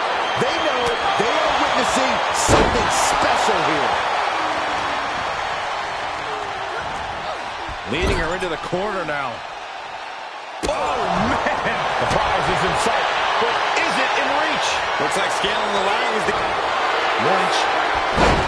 Suplex roll through into the armbar submission. Disarmer is cinched. Just looking to do some damage. This hold can't even decide. Letting go of her hold here. Maybe she thinks enough damage has been done. Oh, God.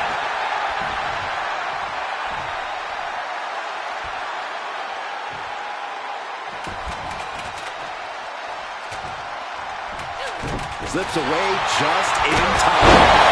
And still able to get on the attack. Yeah, Lynch possibly biting off more than she can chew at this point. Back into the ring now.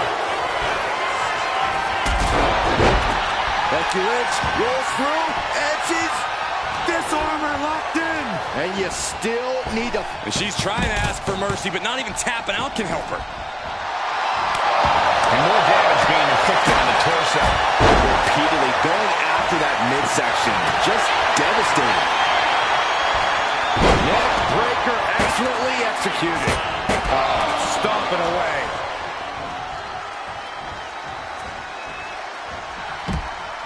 Oh, look at this. Looking for the suplex off the top rope. Jeez. Take all the wind out of you. Coming back to her torso area. This could become a strategy. She's getting that table right where she wants it. She clearly has something in mind.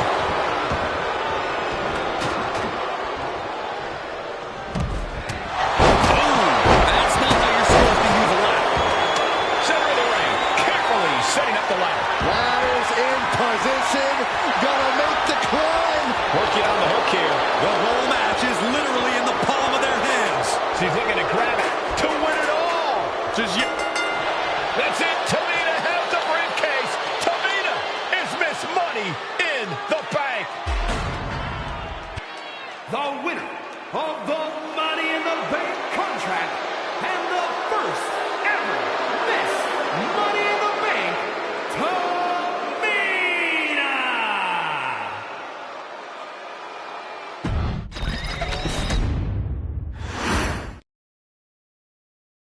Any member of this family that enters the professional wrestling business knows about the expectations that are going to be on their back. They know about the prestige that their very name carries. They know that those who came before them have accomplished so much. Bearing the weight of those legacies can prove to be way too much for almost anyone. But that was never the case for Jimmy and Jey Uso. Jimmy and Jey Uso looked to be stars from the very start, constantly evolving their look, style, and offense as they progressed in their careers. Face paint and war dances would fade away, and the two would embrace the day one-ish mentality, looking to punish opponents and send them to the Uso penitentiary. The Usos are 8-time WWE Tag Team Champions. The Usos have main evented WrestleMania after initially fighting for a mere spot on the card. The Usos were the premier team of the 2010s. The Usos are the greatest team of all time. Jimmy and Jey are poetry in motion, each knowing what the other is looking to do next, each using every bit of savvy they gained growing up in professional wrestling to keep their edge. And sure, in recent years, it's been difficult between the two. Jimmy did cost Jey his match at SummerSlam against your tribal chief, Roman Reigns. After months of the anger building between the two, Jimmy and Jey ended up as the first two entrants in the 2024 Royal Rumble match, bringing things to a head. But even that moment wasn't enough to settle the issue, and so they would fight again at WrestleMania 40. Jey Uso truly became main event and found his inner yeet, even adding another tag team championship with Cody Rhodes as his partner.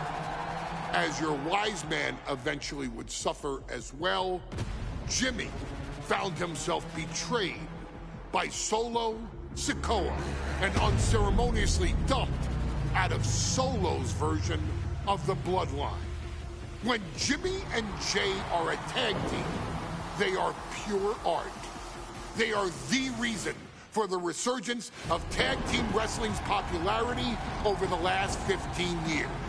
And perhaps, oh, perhaps, their grandest moment came during the 2017 Hell in a Cell, when they would lock horns with perhaps their greatest opposition ever, The New Day.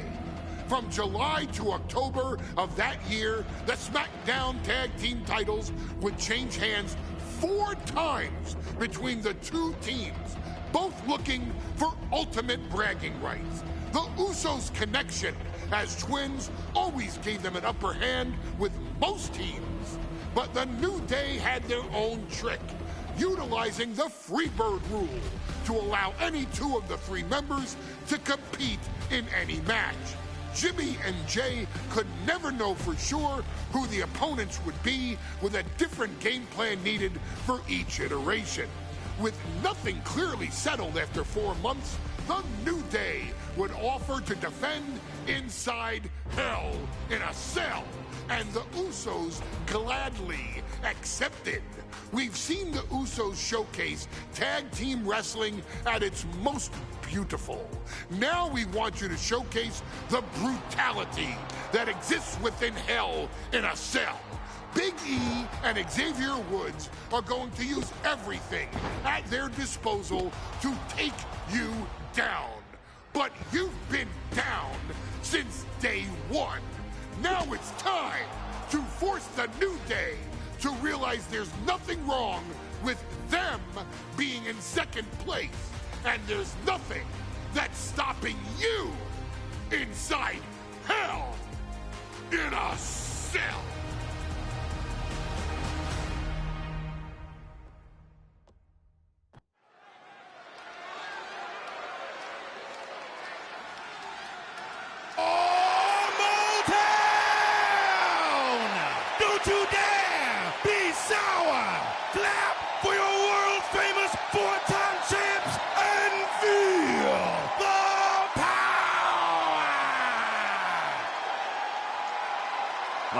you prepared to kick off Hell in a Cell with the 4-time Tag Team Champion?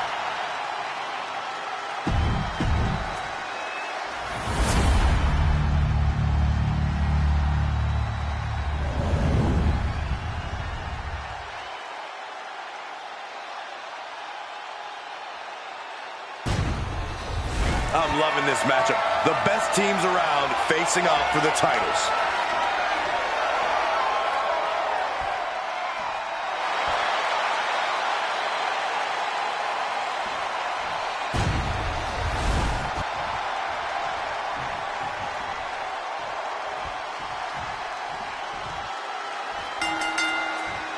Remember, this match is under Tornado Tag Team rules, a 2-on-2 match with the pinfalls. Mission has to happen inside the ring. Nice takedown. Stack them up. So many amazing matches between these two teams. They said it this past week on SmackDown. No matter where we are, we put.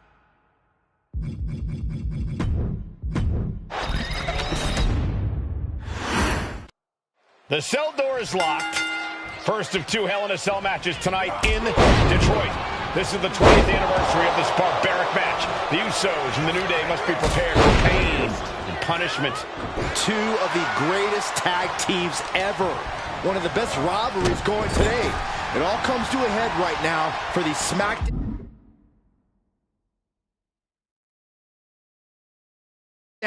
Tag Team Championship. Corey, a few weeks ago, we saw the New Day walk out of SmackDown as champs in a street fight. A match the Usos handpicked, but this environment is totally different. There's nowhere to run, nowhere to hide. I think the New Day played right into the Usos' hand when they selected this match. Jimmy and Jay have a street mentality. They're perfectly equipped to turn Hell in a Cell into the Uso penitentiary. Oh, what a boot to the face!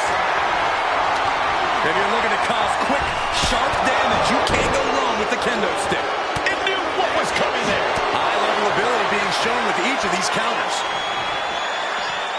Heading back into the ring now.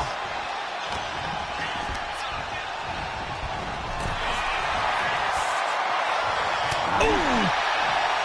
The Usos following the footsteps of many great family tag teams, the Steiner brothers, the Head Shrinkers, who of course Jay and Jimmy's own father was a member of. Would be a very proud moment for the Anoa'i family if the Usos keep championship on the line. He manages to make it barely a 1 count. Yeah, this is way too early to be going for the win. Calculating the next move here. Oh, a slam. Boom. Uppercut. Nasty. Moving out from the ring closer to those towering walls of the cell. Attacks on their own, but now the damage is exponentially multiplying. I have a feeling the Usos objected. Into the pin, title on the line. Oh, only a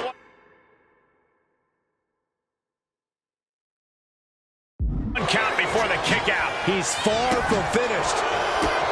All the talking we've heard leading into this match, we've heard the Usos call the New Day, quote, 3 clowns on a tricycle.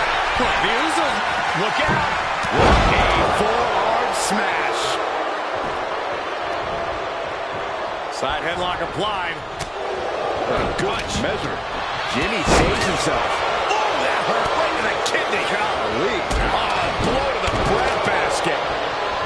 Oh, what a jumping headbutt. Wood Solo talents couldn't do much to help him against that attack. A prime example of that unique Uso offense. Looking to explore every inch of hell here now. Clearly hoping something nefarious is beneath the ring. Oh, man, he grabbed the kendo stick. Everyone needs to watch out now.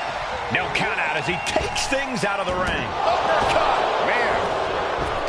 So many amazing matches between these two teams. They said it this past week on SmackDown. No matter where we are, we put on a show. The Usos and New Day have a unified goal to raise the bar of tag team competition, to bring the division to a whole nother level. You know, in basketball, they talk about super teams. Well, these two teams are the proverbial super teams in WWE. And Woods crashes to the outside.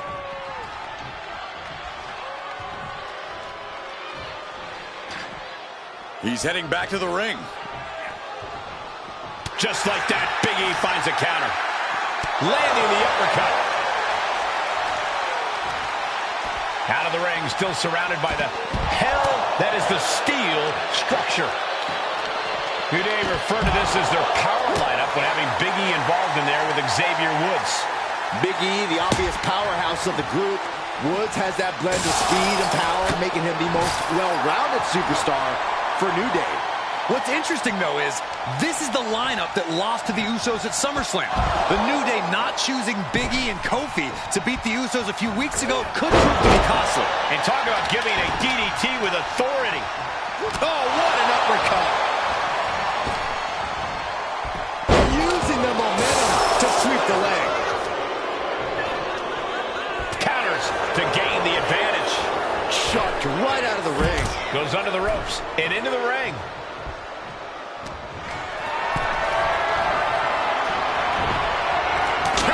Right into the swift chop block. Jimmy Uso with a well-timed shot. The Usos and the New Day have had such a back-and-forth competition with the tag team. Pin!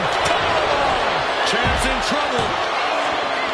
Kicking out in time. Getting that shoulder up now is huge. Setting course to the top turnbuckle. Top rope. Splash! Will that be enough to win the titles? Blast!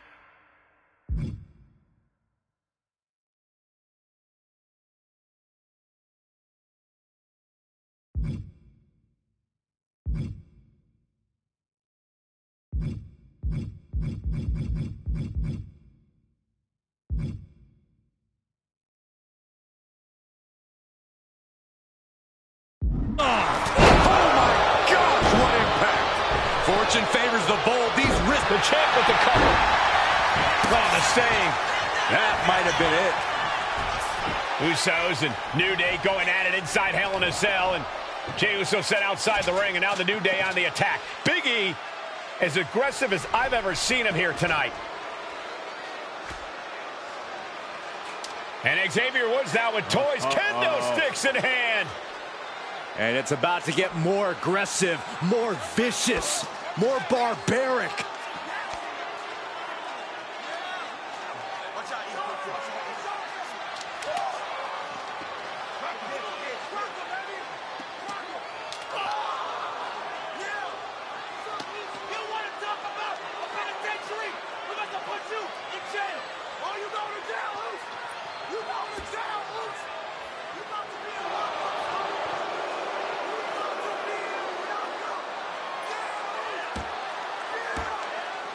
I've never seen this vicious of a side from the New Day.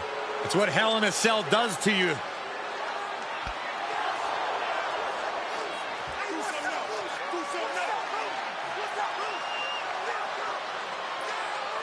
Oh, now with the kendo sticks, Xavier Woods unloading.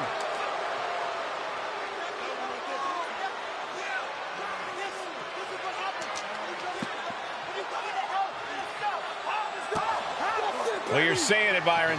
Hell in a Cell makes you do some awful things. Just attempting to survive, attempting to win. Do whatever you want, punish however you want. Right now, that seems to be the mission statement of the New Day in order to retain the SmackDown Tag Team titles. And that's what it's about, proving you're the best in one of the most insane environments in WWE today. The New Day have just changed the whole complexion of this match. I don't know if I've seen New Day go to these lengths before. There's no time to be a jovial bunch when you're in a cell, Michael. Tonight, it's not about entertaining. It's about putting your sworn enemy to rest for good. And he now slides back into the ring. Oh, absolutely brutal. Oh, no, I think they may have busted him open, guys. The champ getting closer and closer to being put away. Yeah, he's shoulders down to retain. He made the save just in time. Great job anticipating Jimmy. Just cut flush. And the fight is being brought to the Usos there. Woods showing an aggression that won't be contained. Good kick. And the champ's in really rough shape now. These are the moments professionals train for. When you are at your breaking point. Catches a punch. The challenger taking some minor damage. Yeah, as the New Day building up that quicker pace there. And now heading back inside the ring. Big E, pick it up, speed. Look out. Swing on sight and don't stop swinging till it's over. The Usos being relentless in their punishment. Now to the ring, to the confines of the chain link enclosure. I guarantee that chair is not going to be used like it was designed for. Ooh, chuck that chair right out. Suplex attempt. Able to go behind, though. From behind, chop block. The Usos and the New Day have been trading title reigns for the majority of the year now. This, the contractual rematch for the Usos. If they lose, the Usos won't get another opportunity for the titles as long as the New Day are champs. And just being around the Usos, it's not only about winning the tag team titles, it's about stripping. Usos totally missed that one. Oh, and breaks the pin and makes the save. They'll take things into the ring. Suplex! Big forearm. Getting him right into the corner. Oh! Ringing the arm. Looking out for a top wrist block. Ooh, and a shot to the body. Right, cinched in. This could be it. Oh, my gosh! Small package driver. New Day might be on the verge of retaining. Could be game over for the Usos. What do you have to do to put this guy away? What in the world? And look at the disbelief on the face of the champion. They both know what's at stake. Neither competitor is going to lose easy here. Big E looking frustrated. Blast off. Back into the ring here. Off the top. Diving hammer strike.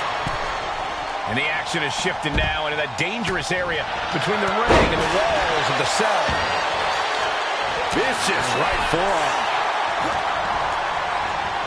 Front face lock applied. Has the leg hook.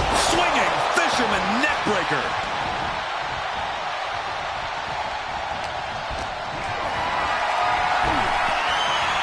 Oh, just the power into a military press. Knees to the gut. Late pin. Championship on the line. The New Day retain the title. Here are your winners, and still the SmackDown. Remember, this match is under Tornado Tag Team rules. A 2-on-2 match where the pinfall or submission has to happen inside the ring. In the Hell in a Cell. No tags, no countouts, no disqualification. The Usos and the New Day came into this match expecting and prepared to raise the bar, raise the level of competition.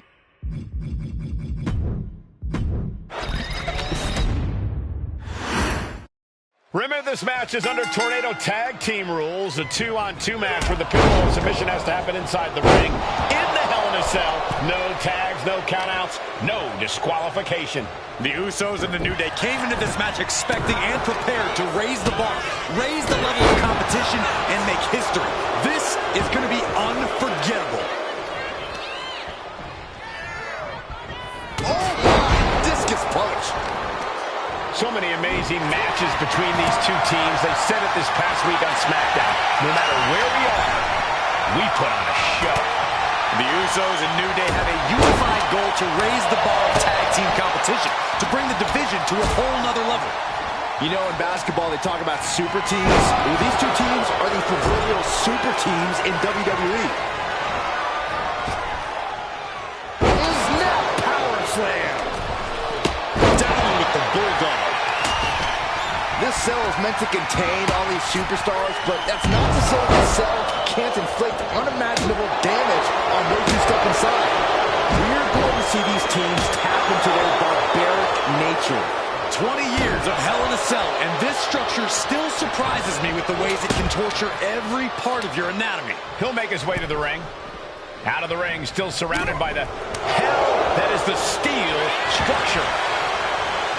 The Usos following the footsteps of many great family. Shoulders are down. Is this enough to retain? And he breaks the count quickly. Frankly, he should have known that wasn't enough. I don't know what he's got in mind heading to the floor here. And Jay saw it coming. Rocket kick! And saw what was coming there. Ooh, sharp kick. Elbow drop. Being carried around now.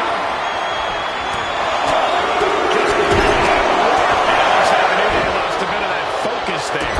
Yeah, the Usos showing just how no nonsense they can be. Stumps from the top. Oh, went for it all, but gets nothing. Ooh. Looking to explore every inch of hell here now. Kick to the gut. Oh, man. Boom! Super kick. This might be it. He kicks out at 2. And you got to think he's just one final blow away from not kicking out next time. And goes back into the ring here. Usos and New Day going at it inside Hell in a Cell. And Jey Uso set outside the ring, and now the New Day on the attack. Big E, as aggressive as I've ever seen him here tonight. The New Day have just changed the whole complexion of this match. I don't know if I've seen New Day go to these lengths before. Well, no time to be a jovial bunch when you're in a cell, Michael. Tonight, it's not about entertaining. It's about putting your sworn enemy to rest for good. Ooh, he fends that off. Talking to Xavier, he told me that one thing the Usos have taught us is that we have to embrace a more lawless culture here in WWE. A more lawless culture in this rivalry. And that could be the reason the New Day chose. Got the cover. Looking to hang on to the title. Kick out before the count. These one counts are going to get harder and harder to kick out of. Military press knees to the midsection. And he's going to the top. Here he comes. Flying. Into the leg drop. Pin attack by the champion. Kick out of the title fight. Woods top rope with the... He fails to connect. He's quick to get out of the way there. The Usos and the New Day have been trading title reigns for the majority of the year now. This, the contractual rematch for the Usos. If they lose, the Usos won't get another opportunity for the titles as long as the New Day are champs. And just being around the Usos, it's not only about winning the tag team titles, it's about stripping the New Day of everything that made them popular with the WWE Universe.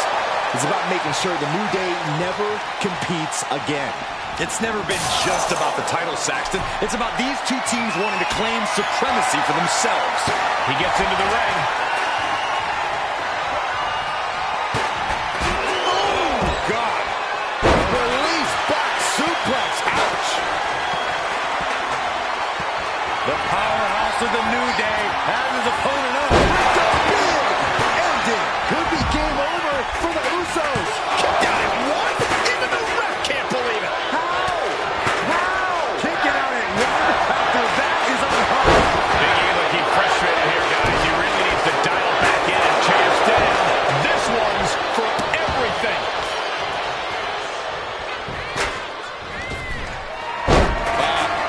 Off the rope. This is a situation you want to avoid. Slides down the backside. Boom! Attacking the knee.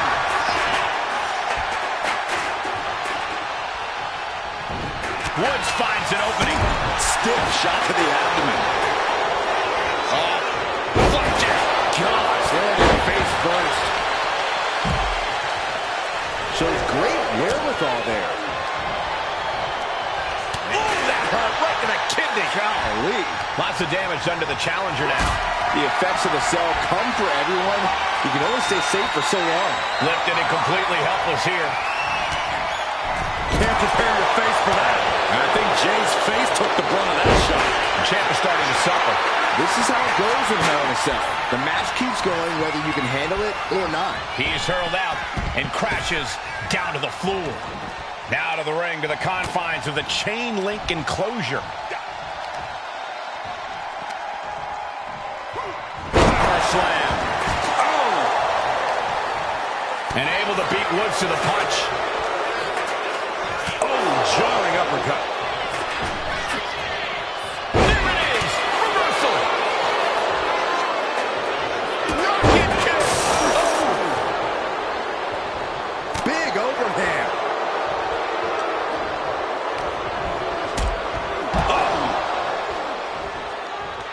Suplex.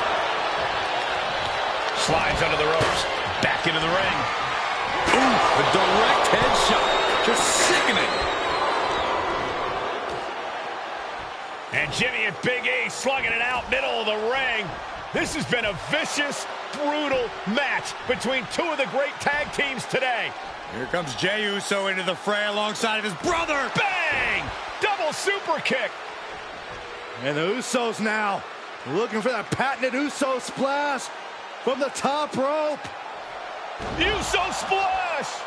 The cover to win the tag team titles, and Woods handcuffs it all, breaks it up. At the last possible second, Xavier Woods saving this match for his team. Yeah, credit to Woods for his never say die attitude, but Xavier Woods is outgunned right now. And look at Woods still fighting back.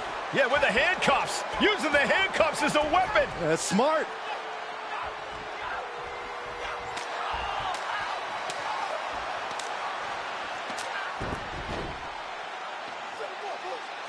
And Woods now down. And trying to still fight back.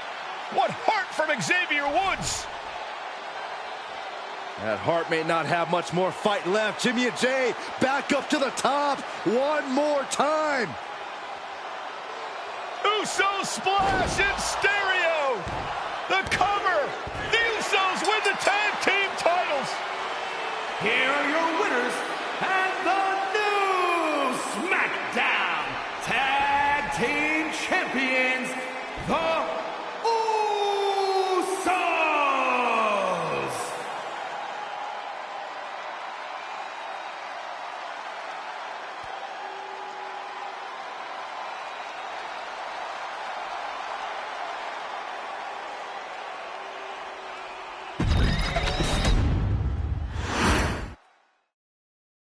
Next on our showcase is someone who wasn't born into this family, but has put in the time and more than earned her spot. She's always happy to leave haters in the rear view, and when she enters the room, you will undoubtedly feel the glow.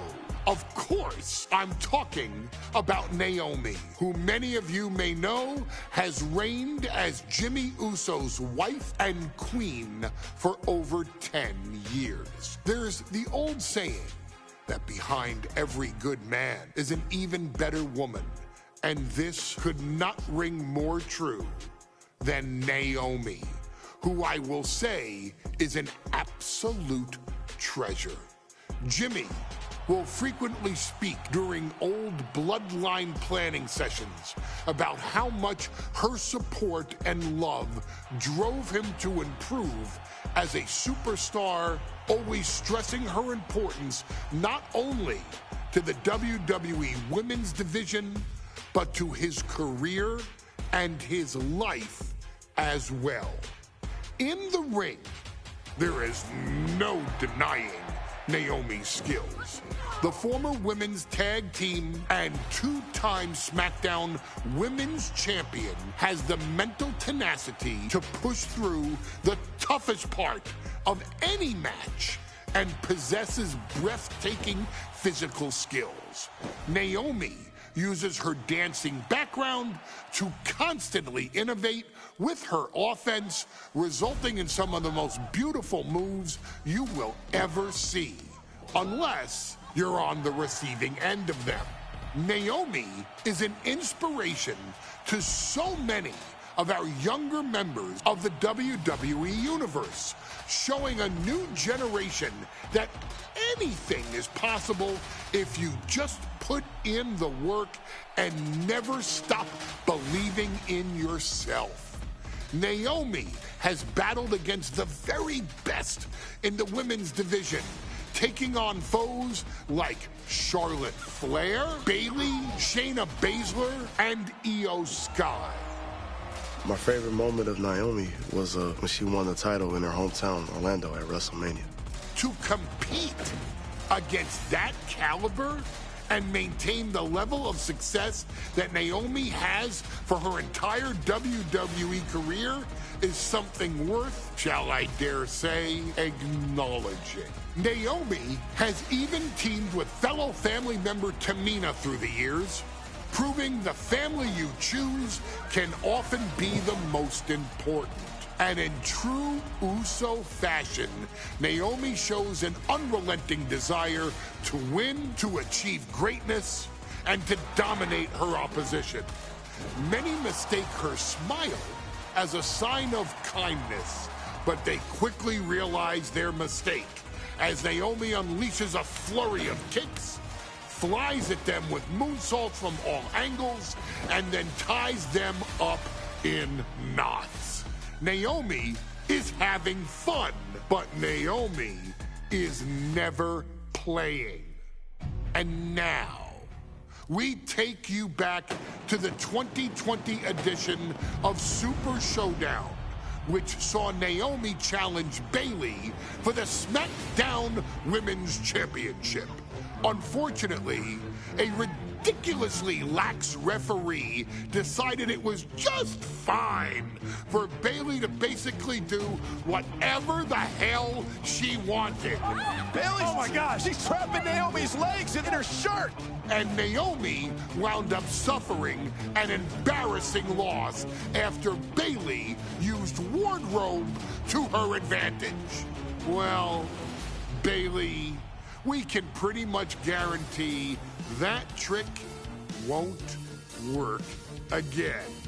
This is your chance to help guide Naomi to a third SmackDown Women's Championship, and to do it by defeating one of the greatest competitors WWE has ever seen. Your wise man has nothing but respect and admiration for Bayley's abilities, but those abilities are eclipsed by Naomi's extraordinary trinity: smarts, strength, and aerial attacks that should give all of you everything you need to get the win and the title.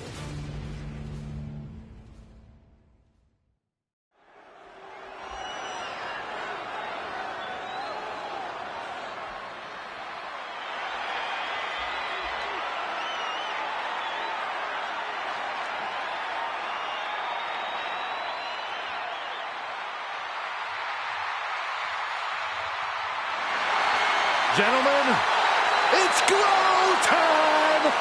I got an idea, Saxton. Why don't you glow home? No, I cannot, Corey. When asked earlier this week about this matchup, Naomi said it is an honor to be here, an honor to make history, because for the first time ever, a women's championship will be defended in Saudi Arabia. Naomi certainly has momentum on her side, and as we've seen...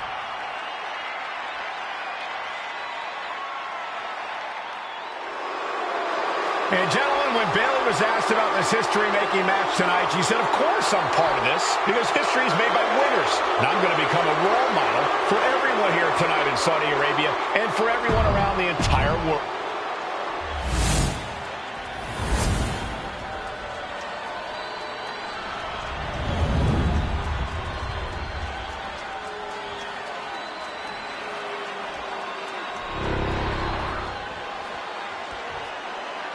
The following contest, scheduled for the first time ever, we have a women's championship match here in the Middle East, in Saudi Arabia. Bayley against Naomi. Will Bayley's record-setting reign end here tonight?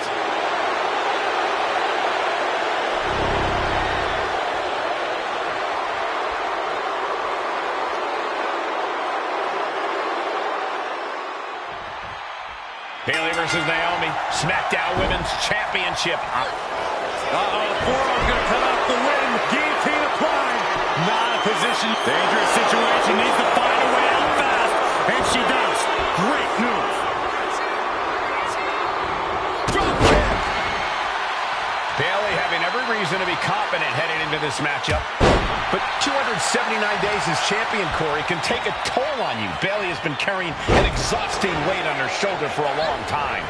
I don't think it's anything Bayley can't handle, Cole. Once you reach the mountaintop, you plant your feet and you hold your ground, no matter how heavy the burden may get. History being made right here tonight as the champion Bayley defends against the challenger Naomi. Naomi's heading up top. Boom! A knee drop delivered. So precise. And an answer from her. Getting her set up for something in the corner. Enziguri! And Naomi has been quick to take to social media lately, reminding everybody that Bayley has never... diving leg drop!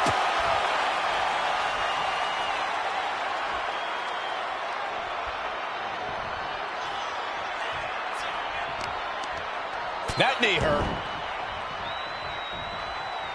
Oof, that'll leave a mark. This is quickly turning into a slugfest. Ooh. The fight is on, and it's furious. Neither competitor is backing down.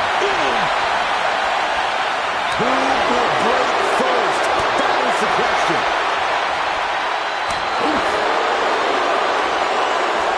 Each exchange just sapping the energy from these two. WWE Universe appreciating these athletes. Oh, man, the shots raining down, one after another. I thought they were going to keep that up all night. Did you hear the impact? Naomi has tested her mettle in recent weeks, as the road to this championship opportunity was a difficult one. Needed to defeat former SmackDown Women's Champion Carmella. We know Naomi has a heavy desire to become a 3-time Women's Champion. Other superstars say they want the title. Naomi has said she... Oh, good Lord! Taking flight. From up top, right...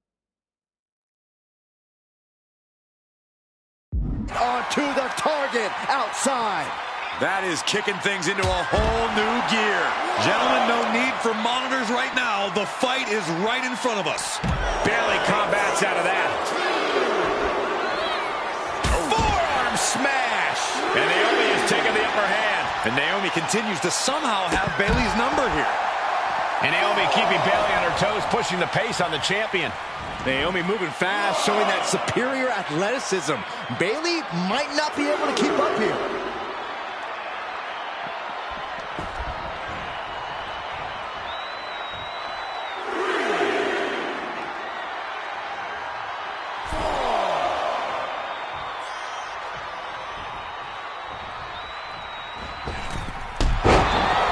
Springboard up.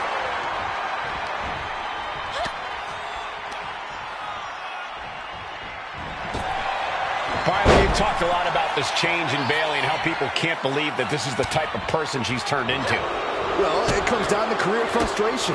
Bayley is frustrated with her career progression.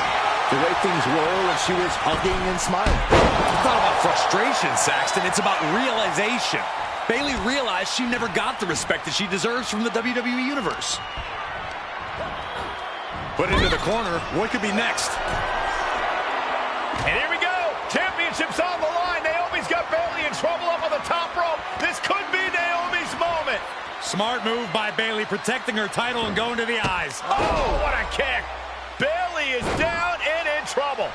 Quick thinking by Naomi, looking to close this one out. Nobody home. Bayley wisely moves out of harm's way. What's Bayley trying to do here? What the? I think Bayley's trying to trap Naomi's legs in Naomi's own shirt. A great counter by Naomi.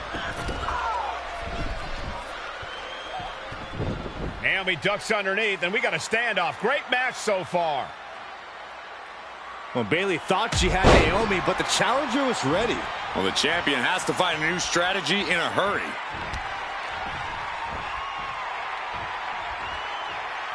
Boom! Rear view. Connecting. The challenger might have what it takes to win this. And going for the pin. Now we did it. We have a new champion. Here is your winner, and the new SmackDown Women's Champion, Naomi. Bayley's stranglehold on the SmackDown Women's Championship has ended. The Glow era has begun. Bayley was as aggressive in it.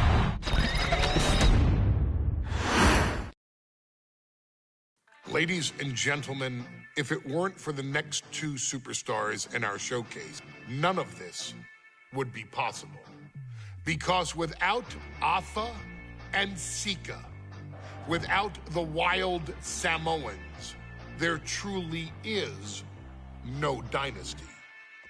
While it was their father who made the blood oath with High Chief Peter Maivia, it was Atha and Sika who built the family up, training generations of relatives, all with the single goal of becoming the best professional wrestler on the face of the planet.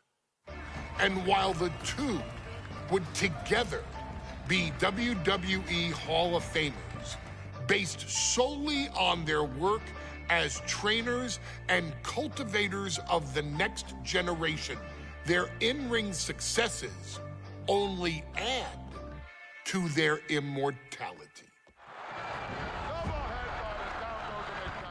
Atha and Sika formed WWE's most dominant tag team of the early 1980s, fighting their way to the WWE Tag Team Championship on 3 separate occasions.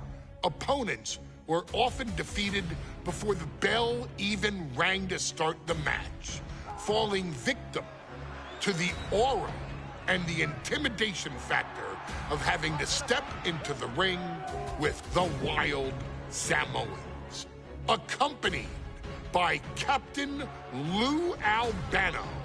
The trio formed a masterful group that was able to take all opponents off their game, be it through Albano's devious schemes or the overpowering nature of the Wild Samoans. WWE had never dealt with a team so primal, turning each match into a battle of survival. Most feared, the deadly Samoan drop, a move that has been imitated by many, but duplicated only by a chosen few. There they are, the Wild Samoans. These are immigrants coming from the island, trying to figure it out, trying to find a way. I couldn't imagine being these men.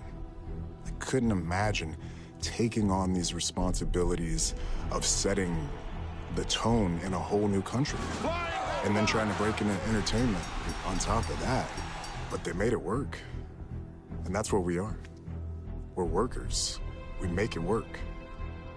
These tribal elders set the standard for all of their descendants to not only follow, but they also taught their descendants how to surpass it. So beloved were the two that perhaps no moment holds more significance to your tribal chief, Roman Reigns, than when he was presented the Ula Fala by his father Sika and Uncle Atha after the 2020 Hell in a Cell event. You see, it was their acknowledgement that gave Roman Reigns the unshakable confidence to continue his journey to becoming the greatest of all time. The utmost respect, love, and gratitude for those men. Because if my father and uncle don't do what they do, we're not here. We now humbly present to you the honor of walking in the famed footsteps of the Wild Samoans. Finding a tag team in WWE's long and storied history that we felt would test the Wild Samoans was not an easy task. But then, a thought came to your wise man. Why not give the audience exactly what they want? Why not put the Wild Samoans against one of the greatest tag teams of all time? Why not present Alpha, Sika, the Wild Samoans versus Bubba Ray and Devon, the Dudley Boys? And if we're going to go that far, let's do it in a tables match. Showcase that savage brutality that made both teams the eternal legends we know them to be.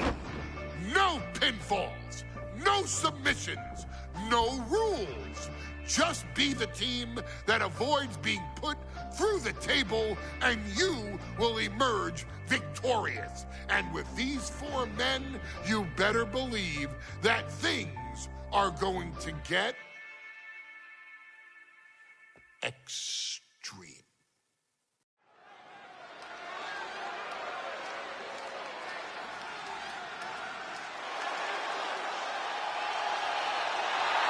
And here they come. Bubba Ray and Devon are ready for a fight. That's just what they'll get from Alpha and Sika. And then some.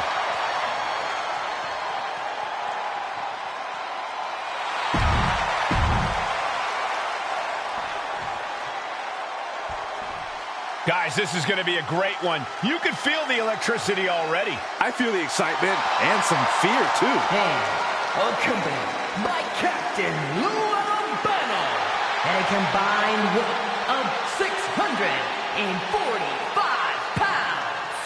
Alpha.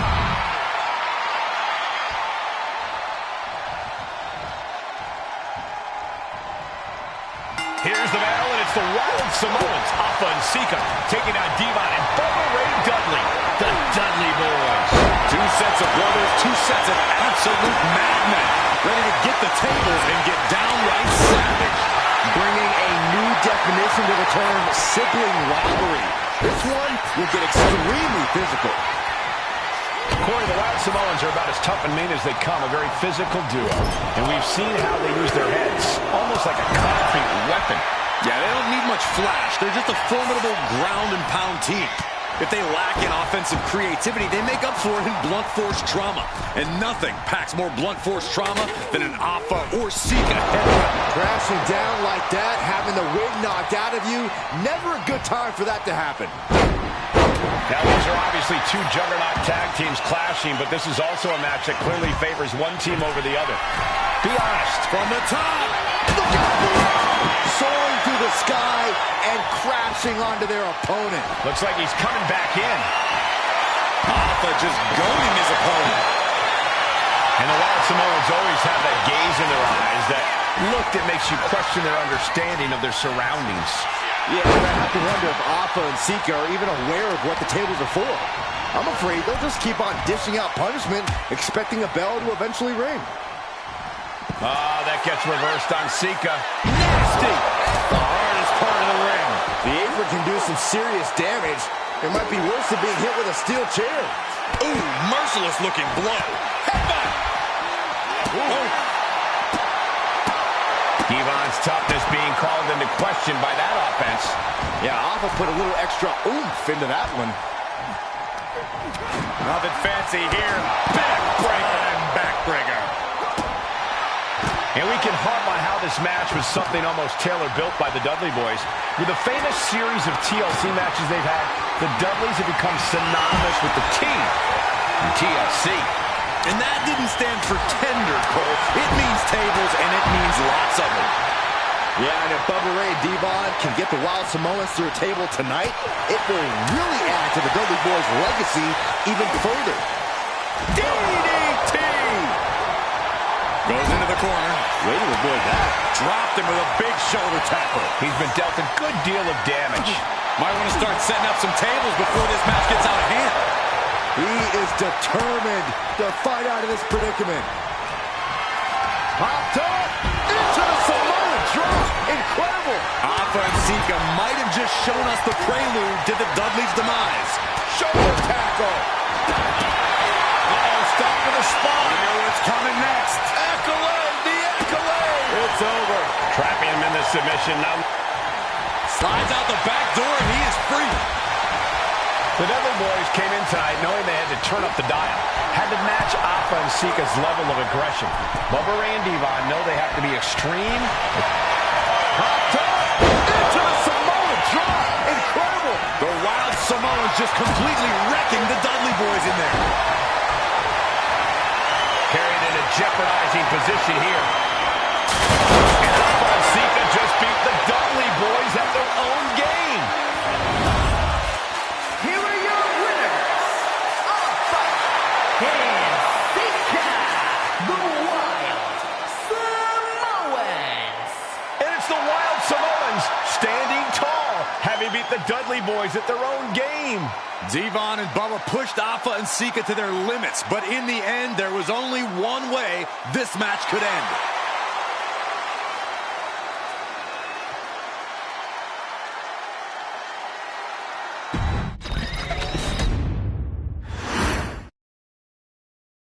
From the very moment he arrived as the enforcer of the bloodline, Solo Sikoa has taken every brutal, savage element of his predecessors and refined them into a near-perfect smashing machine.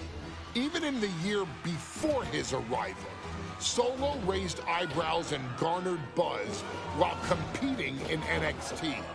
But nobody could have predicted just how smoothly his transition to the main roster would go.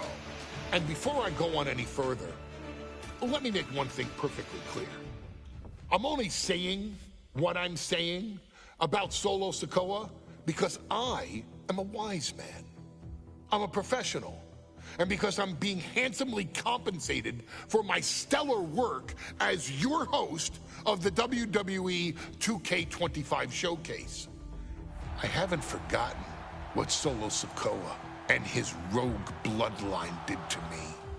But I also know better than to let personal feelings hinder your professional endeavors. So with that being said, since his arrival at Clash at the Castle in 2022, Solo Sikoa has consistently been involved in WWE's biggest moments and biggest matches.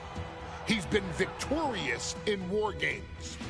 He's repeatedly enforced the Bloodline's will to maintain Roman Reigns' status as undisputed WWE Universal Heavyweight Champion. I brought Solo in as an insurance policy.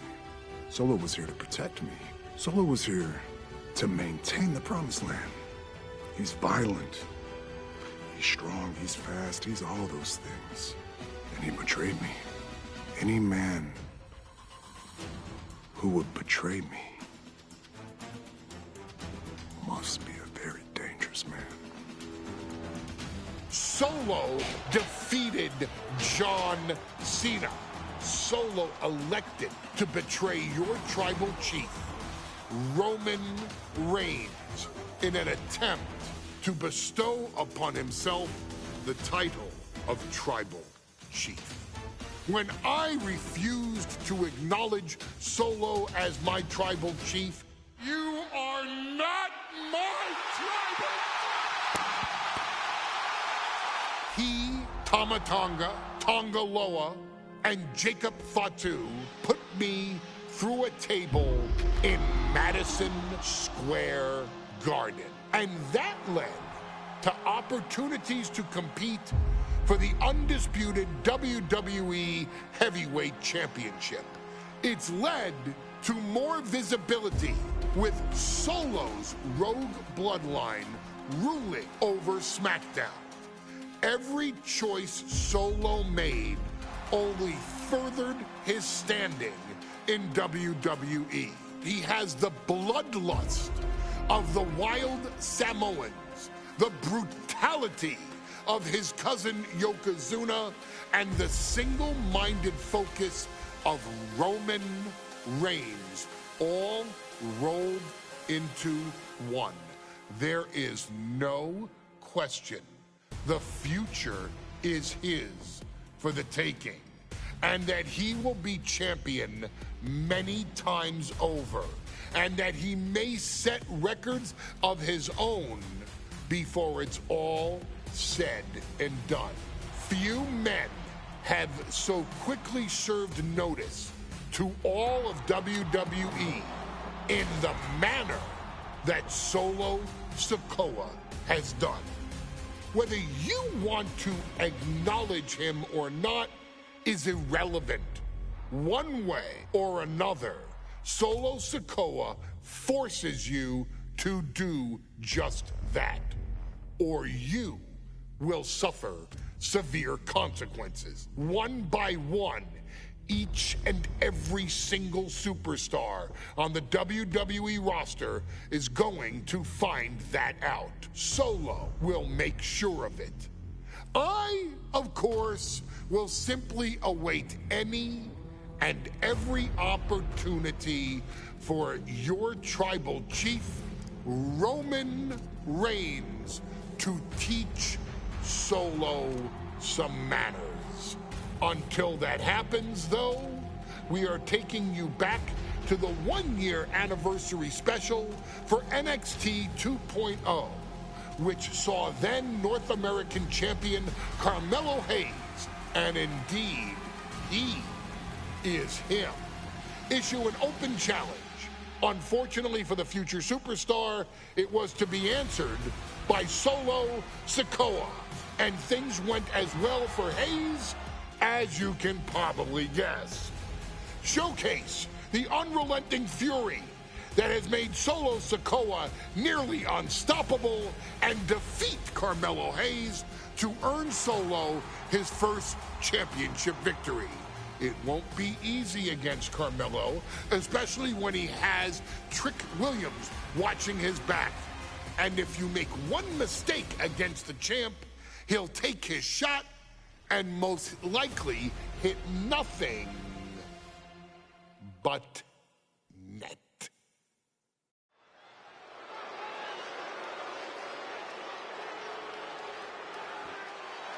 Here comes the...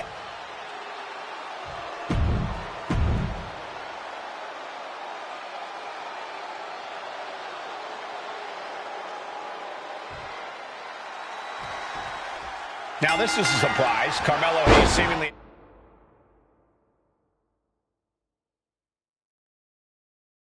had no challenger for his North American title, but Solo Sikoa just showed up here and said, I got next. Thank goodness. Melo had an opponent chosen by the NXT Universe as they voted for Wes Lee.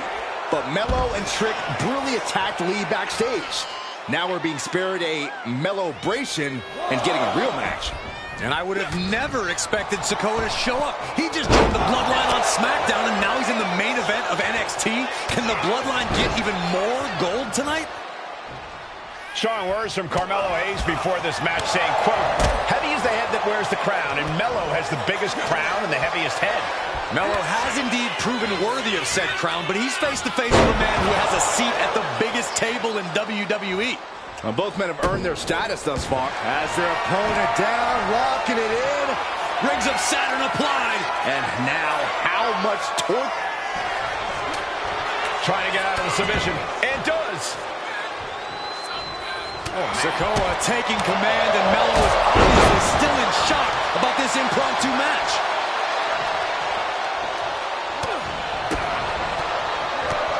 Hurled away. God.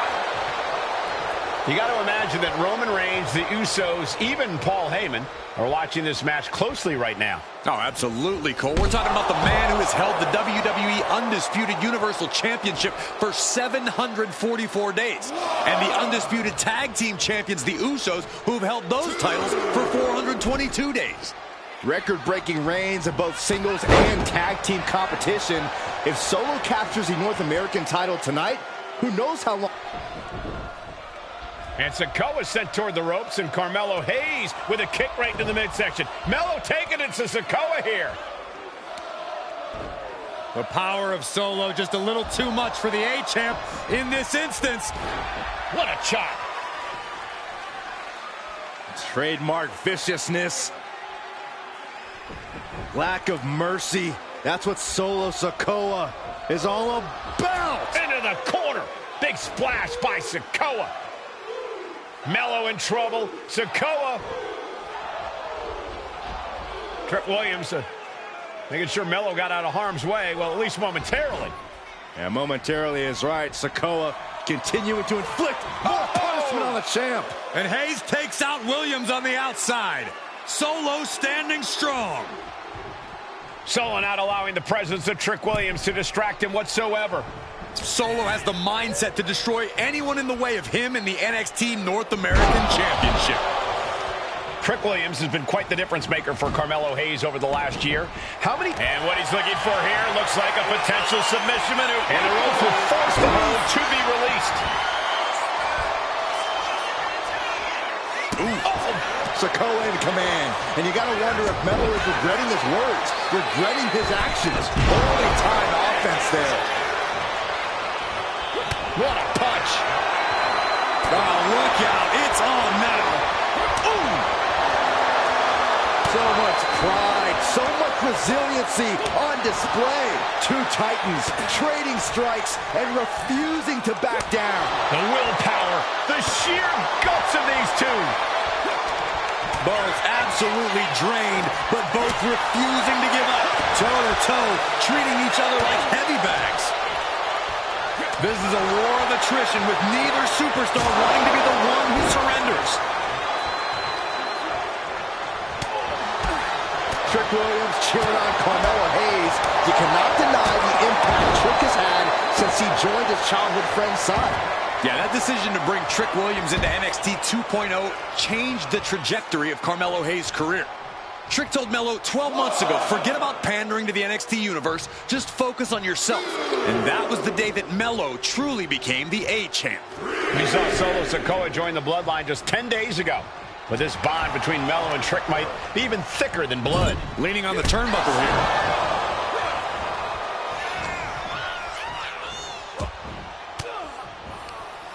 That turns it around for Solo. Clothesline in the corner. What a main event this has been for the one-year anniversary of NXT 2.0. Without this rebranding, Solo Sikoa may have never had the opportunity to show the world what he can do. And if Solo didn't have this breakout year, maybe his cousin Roman Reigns wouldn't have trusted him enough to be part of the Bloodline. And a clothesline.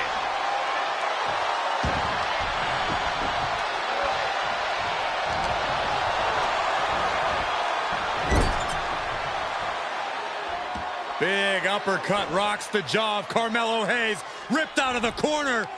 Looking to put him away, and now Trick Williams up on the apron, causing a distraction. Trick paying dividends. Ooh. First 48. And that could be the turning point for the North American champion. Oh, Samoa drop by Sikoa. Cover now for the win. Hayes kicks it too. And Williams once again on the apron. You can see how concerned Trick Williams is that Carmelo Hayes' championship hopes, might be fading away. Super kick drops Williams. Hayes picked out of the sky. What a spinning Solo. Is that it for Carmelo Hayes? Trick is out. Carmelo is dazed. Here's your chance, Solo. The title could be yours. Looking to go up high. From the top. Solo with the Samoan splash. We might be moments away from crowning a new champion. What the? Sikoa is the new champion. Here is your winner, and new NXT North American Champion, Solo Sikoa.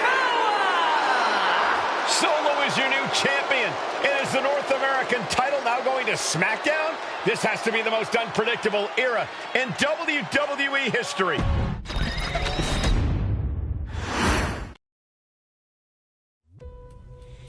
I ain't doing this one.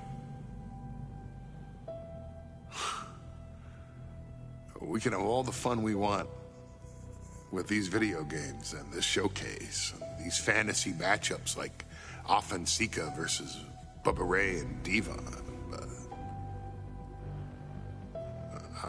I'm not doing shtick about Roman Reigns and Seth Rollins. That's a little too volatile. And it's way too personal for Roman Reigns. Roman Reigns and Seth Rollins came up together in the Shield.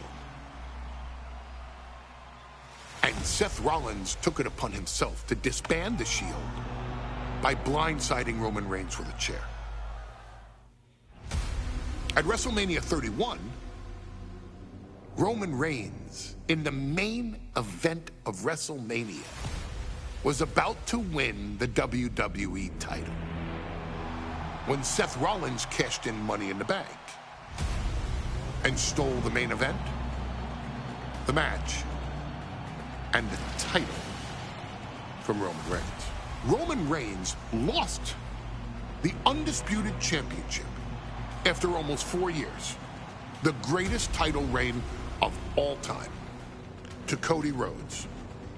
Not because Cody Rhodes was the better man, but because Seth Rollins was right there. And the seduction, the bloodlust that Roman Reigns had for that moment of revenge was too much for Roman Reigns to give up. And for the first time in Roman Reigns' life, he took his eye off the ball for that much time and smashed Seth Rollins with a chair, the same way Seth did a decade earlier to Roman. And that moment gave Cody Rhodes all he needed to end the most historic title reign in WWE history.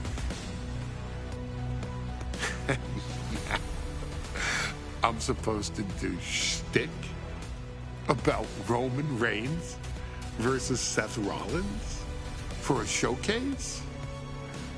I mean, it's smart, because the next time Roman Reigns steps into the ring with Seth Rollins will be the last time Seth Rollins steps into a ring. Next time Roman Reigns gets his hands on Seth Rollins, you won't have your architect anymore. You won't have your visionary anymore. You won't have your revolutionary anymore. You will have your tribal chief, Roman Reigns, but you'll never again have Seth freaking Rollins. Roman Reigns will put an end to Seth Rollins in WWE. And then the only way you'll ever be able to see Roman Reigns versus Seth Rollins will be in the WWE 2K25 showcase. Roman Reigns versus Seth Rollins from the 2022 Royal Rumble. And that's not a prediction.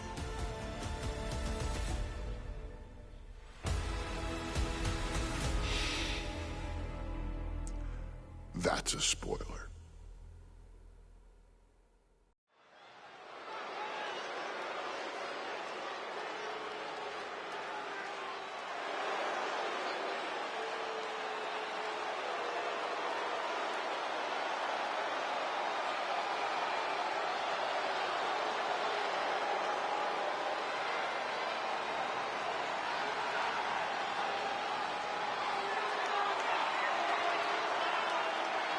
The big question as we kick off Royal Rumble, will Roman survive tonight?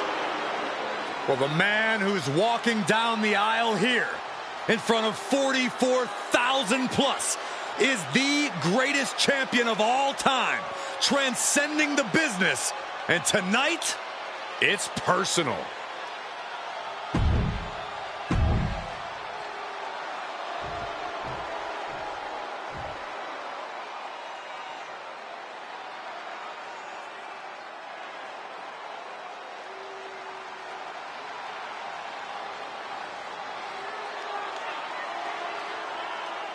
Look at this. Even more mind games from Rollins. As we heard that music pop right there, the Shield, you can't help but have a little nostalgia. You can't help but think back to the glory days of when the Shield would go to town, beating everybody down. Until that man right there, Seth freaking Rollins, decided to tear it apart. Seth Rollins says he knows Roman Reigns so well. He knows how to prey on the insecurities of the Universal Champion. He knew there was one thing that Reigns will never get over, and that is that Seth Rollins chose to end the Shields. The infamous blow to the back of Roman Reigns with a steel chair many years ago, which broke up perhaps the greatest faction in WWE history. Well, tonight, Rollins will use that to get in the head of the champ and win the Universal title.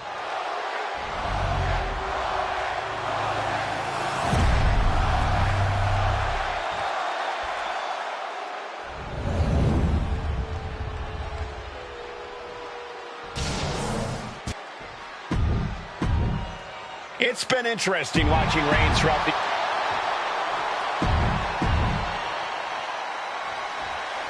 Bell rings and the WWE Universal title is on the line. Roman Reigns over 500 days as Universal Champion, but nobody has been in his head like his old brother in arms, Seth Rollins.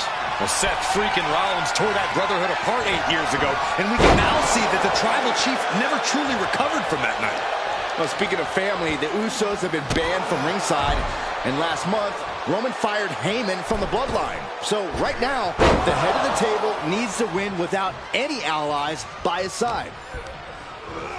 Placed him in the corner here. So to the stomach. Gentlemen, for 17 months, Roman Reigns has dominated. He had special counsel and cousins to help him stay in control, to keep his cool, to concentrate on the business at hand. But now Paul Heyman is gone, and the Usos are barred from ringside. Without those calming forces, cracks have started to show. Every comment Rollins has made about their past cuts deeper. Every mind game breaks Roman's spirit even further. This might be the toughest physical battle the Tribal Chief has faced, but it definitely is his toughest mental battle. Seth freaking Rollins has made it extremely personal with Roman Reigns. Years ago when he destroyed the Shield, and again in the lead up to this match. And if I'm Roman, I'm taking all that aggression and ending this quickly. Go full force and incapacitate Rollins ASAP, because the longer Reigns fights with all his rage, the more potential he has to make a tactical error. And the wise man, Paul Heyman, will be at ringside for a championship match tonight, just not this one. And that's just sickening to me, Cole. Reigns had just cause for firing the wise man, and now Paul's right back with his old client.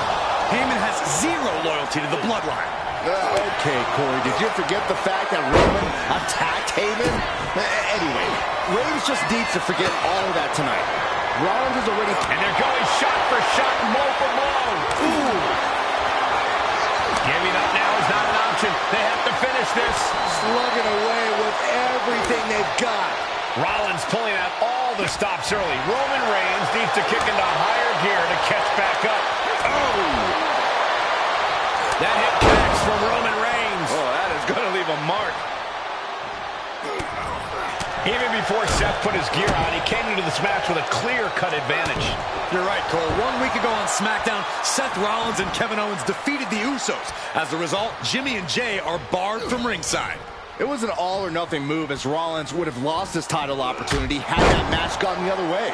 It just proves that Seth freaking Rollins will take every freaking risk to win. Hoisted up high here. Oklahoma slam.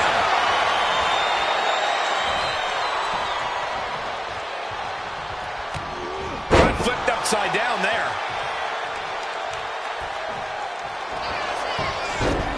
Looking to end this. The schoolboy. Headed out of the ring, but the count is looming. Oh. quick way to respond with the reversal.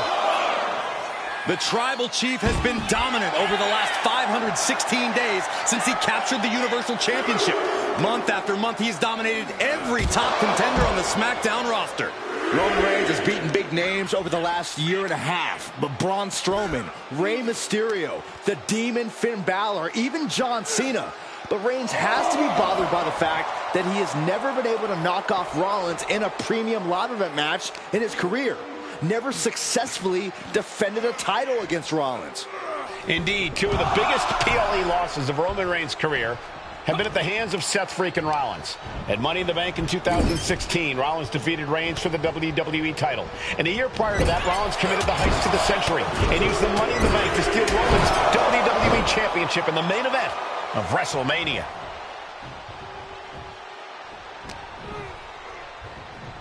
They've got their opponent in the fireman's carry and switches into a flapjack. I have to admit, it's a pretty cold move for Rollins to just take the years of history the Shield had and turn it into a joke here tonight. It's appalling, Saxton. Rollins has always treated that sacred history as a joke. Now we know that Roman Reigns is a loyal man, a family man. What Seth Rollins did to his family 8 years ago was cowardly. Now it's time for Rollins to pay. The champion's intentions are clear after that massive powerbomb. Powerbomb position. Throwing down punches and counters out. And stage one. Rolled up from behind. This could be it. Cover. We're going to shut this down. Oh, come on. Did he really need to stop the pin like this?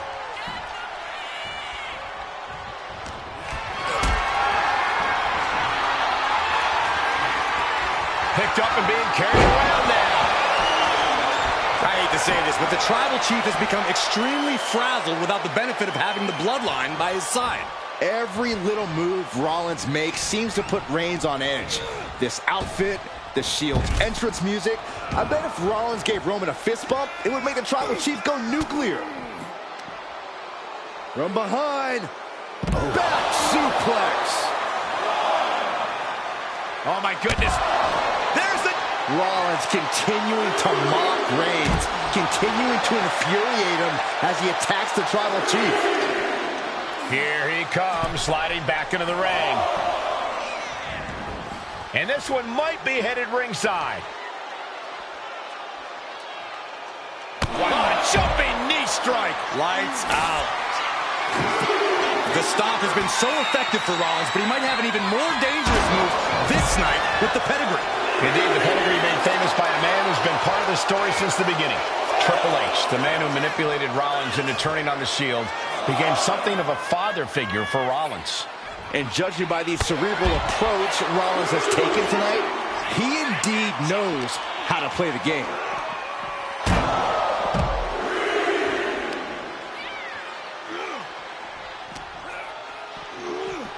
Set straight into the barricade.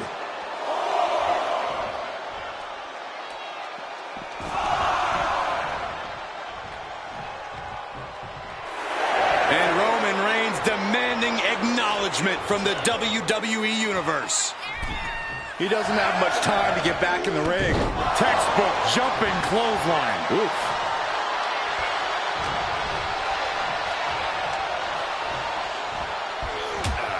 Right to the back of the neck. What a blow. Good night. What a headbutt. Vicious. Oof.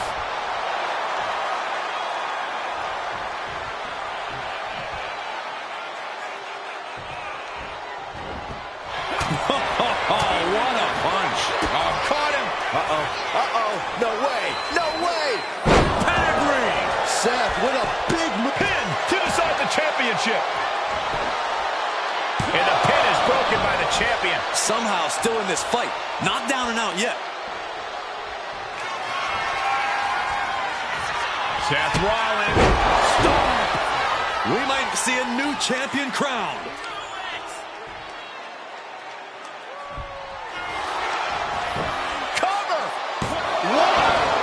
Kidding me.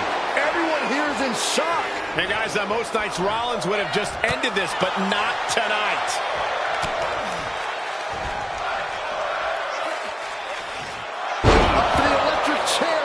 out for the drop.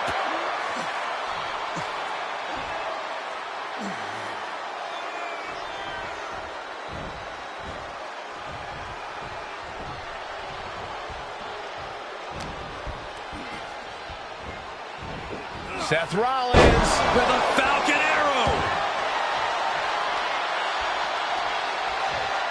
Kick right to the back of the leg.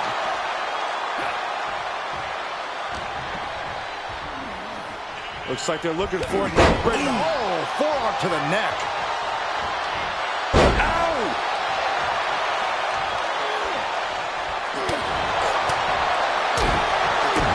Kick to the gut.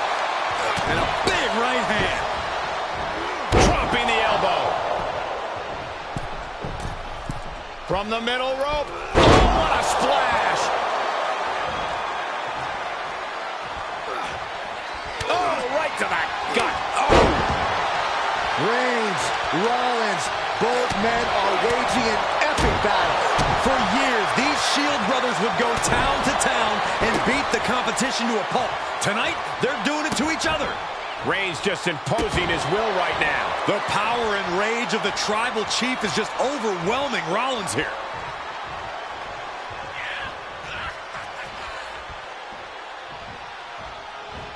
Superman punch from Reigns. Absolutely laid Rollins out. And now Reigns can finally overcome his former Shield brother. Oh, and he gets discarded out of the ring. Headed out to ringside now. What does he have planned? Reigns hits it! And there it is. The title's not going anywhere tonight.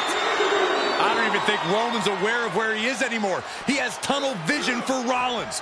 The only thing the Tribal Chief is seeing right now is red. And heaven have mercy on Reigns, old Shield brother now. And he tosses him back in now.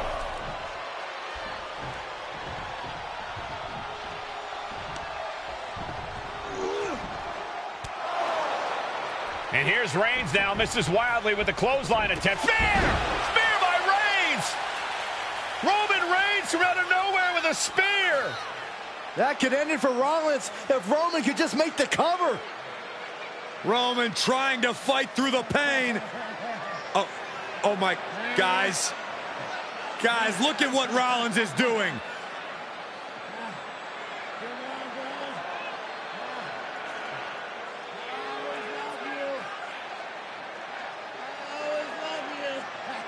After all these two have been through, Rollins wants that Shield fist bump. Reigns shaking it off as Rollins continues to try to play mind games. Yeah, but that may have triggered a litany of emotions within the Tribal Chief. Reigns unsure of what to do.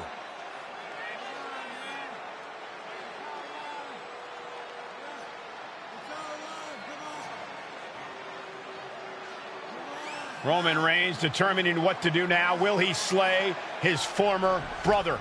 Reigns now. Look, gonna lock in the guillotine. Submission Well, there's move your locked answer. in. Submission move locked in. Rollins in major peril right now. Rollins looking like he's starting to fade.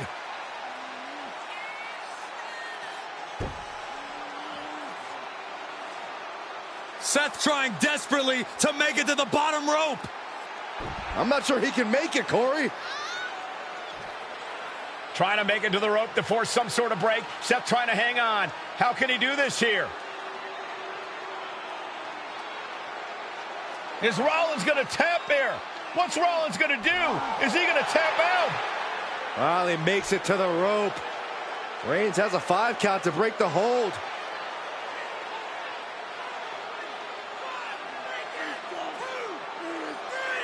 And Reigns breaks the hold here. Roman breaks the hold, and this match continues. It just shows you how locked in Roman Reigns is to winning this match.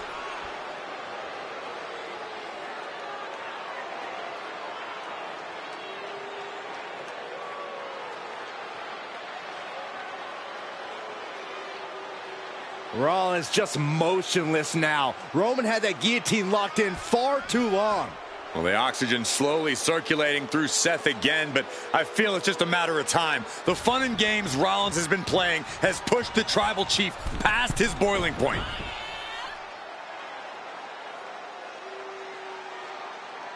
Uh-oh. I wouldn't be getting up if I were him. What a spear by Reigns! That is how a true champion defends their title.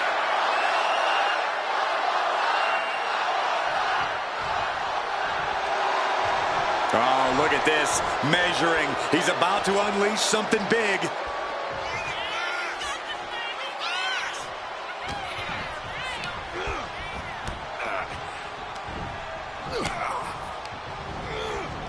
And now propped up in the corner.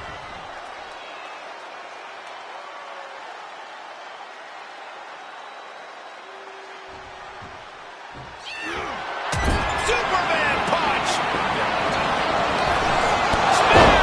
The champ taking care of business here. Cover! And Reigns retains the title. Here is your winner, and still the Universal Champion,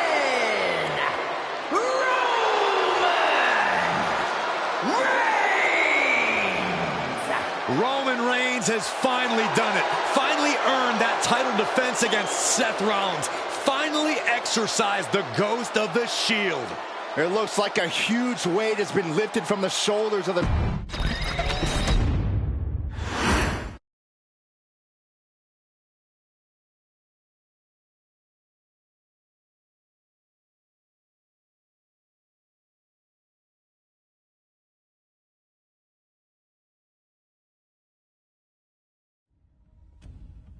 I'm the last guy to knock a revolution. I've led a few of those, you know. I admire revolutionaries. I respect evolutionaries. They are the lifeblood of the bloodline. So when Solo Sikoa seized the moment and became the tribal chief in Roman Reigns' absence, I didn't like it. I don't even think I respected it. But something deep down in me admired it. That took some forward thinking. I'm the chief now! Now we all know what happened when the OG bloodline, led by Roman Reigns, faced the new Rogue bloodline, led by Solo Sikoa, in the War Games. But there was a discussion here while planning the WWE 2K25 showcase that has me, your wise man, admittedly a little intrigued. What if War Games was limited to only OG bloodline, no honorary uses, versus Solo's Rogue bloodline, no honorary uses? It's 4-on-4 Roman Reigns. The Usos, Sami Zayn, versus Solo Sikoa, Tama Tonga, Tonga Loa, and the most dangerous new competitor WWE has ever seen, the Samoan werewolf Jacob Fatu.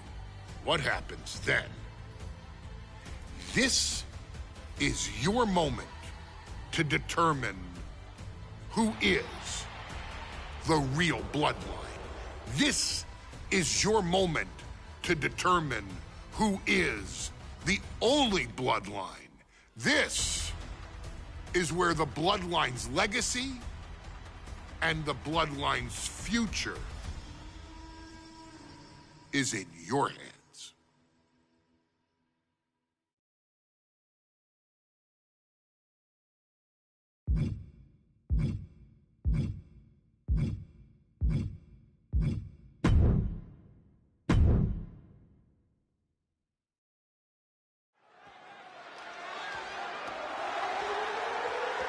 The following contest is the Men's War Games match. The rules of the match are as follows. 2 teams will be contained in separate cages, with 1 member of each team starting the match.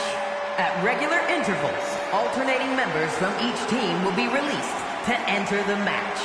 The first member to enter will come from the advantaged team. Once all competitors have entered, War Games officially begins! The match can be won by pinfall or submission. Exiting the cage will result.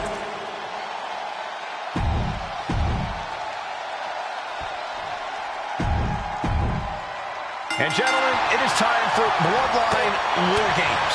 Roman Reigns, the Usos, and Sami Zayn versus Solo Sikoa, Tama Tonga, Tonga Loa, and Jacob Fatu. Both of these sides have a deep and abiding hatred for one another. Solo felt he was held down. His crew never called up during Roman's time as the tribal chief. But most of the men on Roman's side were unceremoniously removed from the bloodline, courtesy of Solo Sikoa. And those who weren't have faced continued attacks from the new bloodline. And the winners tonight are very likely to be considered the true bloodline by the WWE Universe. Let's see who comes out on top tonight. Sami Zayn grew so much as a member of the bloodline, it really gave him a sense of self-worth. Yeah, but part of that self-worth came from defying Roman, from defeating the Usos, which begs the question, and I wish there was a better way to phrase this. Is Sami Zayn still Usi? I think he is, Corey. Sami seems elated to be fighting alongside Jay and even Jimmy. Those are his dogs. A lot to prove from the new bloodline tonight. Gentlemen, do you think they can do it? Absolutely, Cole. Solo Sikoa, Jacob Fatu, Tonga Loa, and Tama Tonga have been competing on a different level as of late. They have won some major matches and earned titles too, but I worry they might not be as ready for War Games as Roman's crew. There's a lot more big match experience in general on Roman's side. No, that may be true, but Solo's side has youth and a devil-may-care attitude that can work out tremendously inside War Games. I expect Solo's side to go all out here inside this sadistic structure. Going down low, nasty uppercut. Solo Sikoa, leader of the new bloodline, has called himself the head of the table, called himself the tribal chief. And when he asked the WWE Universe to acknowledge him, we're hearing more and more of the crowd agree. Well, Solo has grown in power with big wins and title reigns, but this is his biggest test yet. If his crew can defeat Roman's, Sikoa will be everything he says he is and more. Enters the ring and is diving head first into the chaos of this match. Look at the velocity into the table. Oh, it predicted what was coming. Well, meanwhile, here's Sami Zayn. Inverted DDT. Lights out. OG bloodline leader Roman Reigns has so much on the line in this one, guys. Oh, absolutely, Michael. Solo Sikoa took his spot at the head of the table. He says he's the new tribal chief. And that is Roman's legacy. Those names, this group, they mean something. But the bloodline represents all that Roman has built in his career. And he needs to take it back tonight. Tonga Loa now entering the fray of Bloodline War Games. Just like that, Sami gets stopped. An overbearing assault on Jacob now. Yeah, Us is firing on all cylinders. Reversal! And that turns things around. If there's one man here with the most to prove, it's got to be Tonga Loa. We've often seen that the man with the most to prove ends up being the difference maker in War Games. Many folks think Tonga Loa is just a foot soldier for Solo. But let's not forget, this man is the son of Haku. Just like his father, Tonga Loa truly excels in a brawl. And there is no bigger brawl than War Games. Heavy body shots. With Tom, what a clothesline.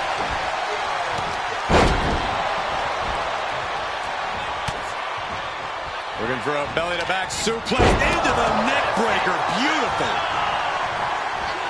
Oh, man, he is fired up now. Jumping neck breaker. Ouch.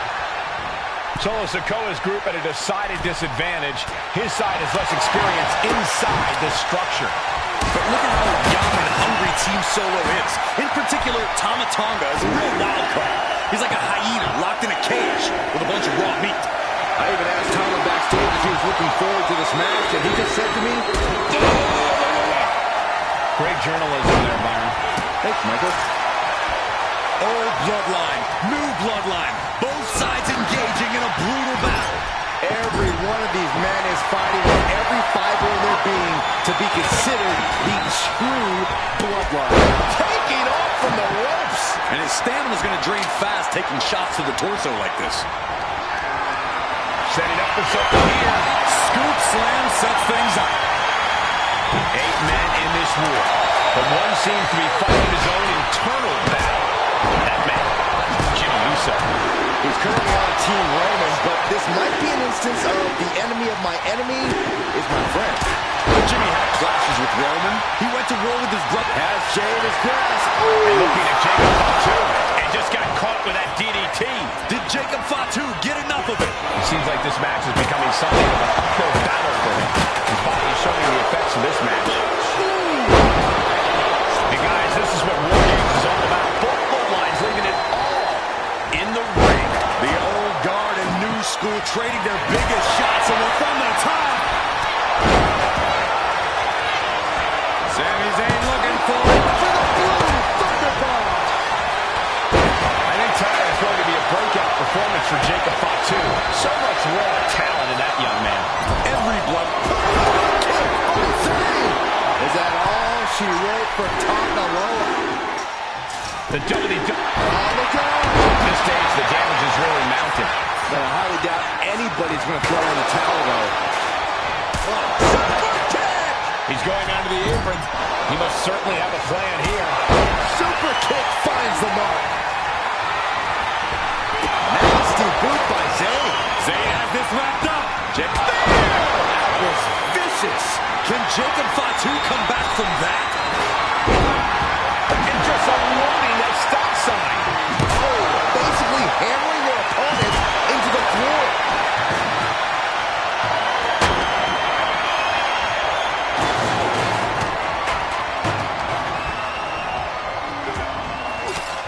He's doing everything he can to fight out of this tough spot.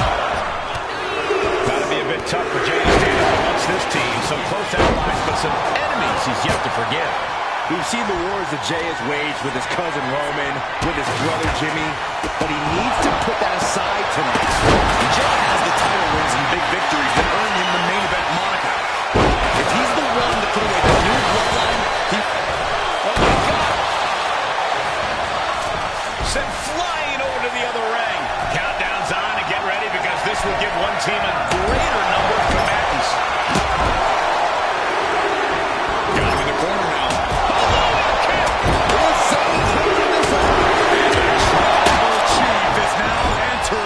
Bloodline War Games. That hit connects from Sami Zayn. And now officially in the fray. The cage to be coming in and have more friends than foes in the cage. Uso and now Jimmy Uso. Jimmy might have just finished things. Oh my goodness. Jimmy's keeping short helping out there. Yeah, as Jimmy was staking his claim with that. Samoan drop. Was punched in the ring from there. Double axe handle. Kick to the abdomen. Kick out.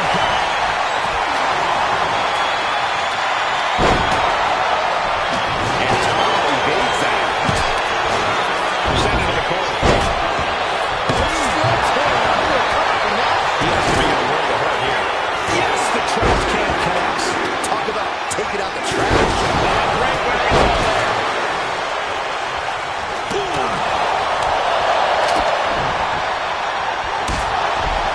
Things will get back to an even playing field with the next entrant. Reigns with the Connecting on the DDT. And now the new tribal chief, Solo Sikoa, joining Bloodline War Games. Driving the cage, but that makes absolutely no sense in this match. Was able to slip away from that.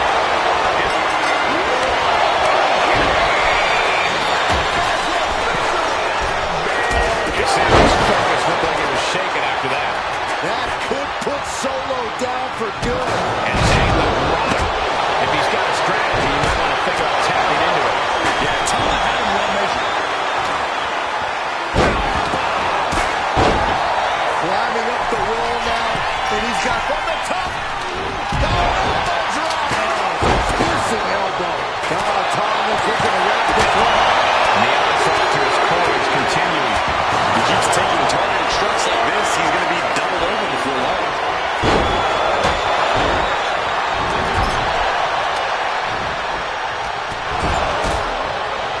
Punch right in the head. Shoulder right into the midsection. Taking the wind out of a stomp to the solar plexus.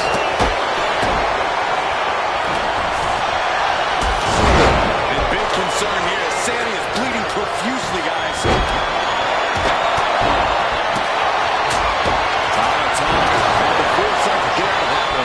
Tama can end it there.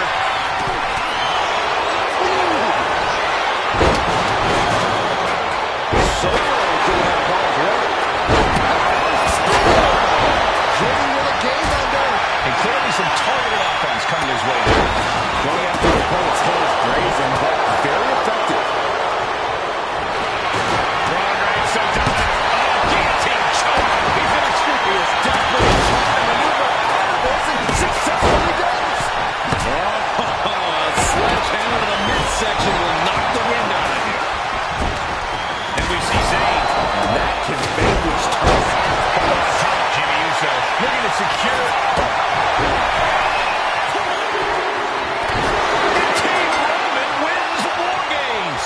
The new bloodline has fallen. Here are your winners, Roman Reigns, Jimmy and Jey Uso, and Sami Zayn, the Bloodline.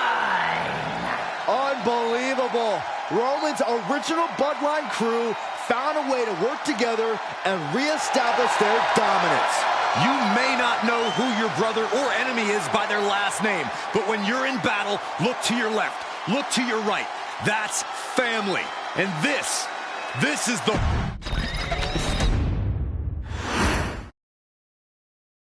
Okay, a little bit out of character for your wise man, but that was a little bit difficult for me to watch. Seeing this family splinter into two groups, fighting against each other, it breaks my dark heart. But they're all grown men, and you settled the issue. Now let's give Solo credit. Forming Team Solo was, of course, his usual backup of Tama Tonga and Tongaloa, the sons of Haku, feared as one of the baddest men to ever walk planet Earth. Along with them, the Samoan werewolf, Jacob Fatu, son of Tama, also known as TK All Day, the Tonga Kid, another fearsome competitor from WWE's golden era. But did you know that Haku and Tama once comprised one of WWE's most impressive tag teams? Haku had been considered family by the Dynasty for years on end, and his teaming with Tama, brother of Rikishi, solidified this for eternity. The Islanders were a formidable test for any tag team in WWE in the late 1980s, competing against teams like the Hart Foundation and the British Bulldogs.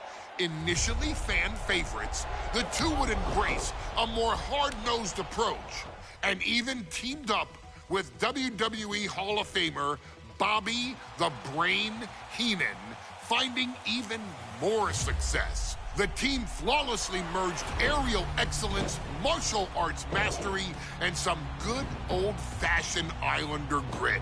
Perhaps their most infamous moment saw them actually dog-nap Matilda, mascot of the British Bulldogs, showing that they were willing to do literally anything to throw opponents off their game.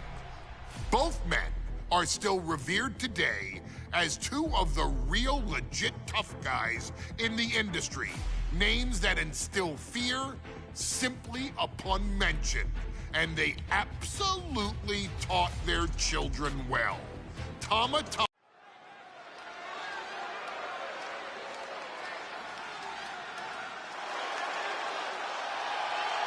It is time for the...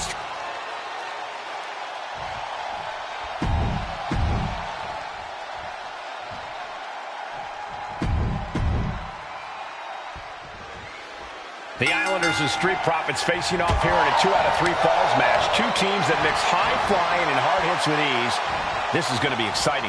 The Islanders move at such speeds that you can't take your eyes off them for a second.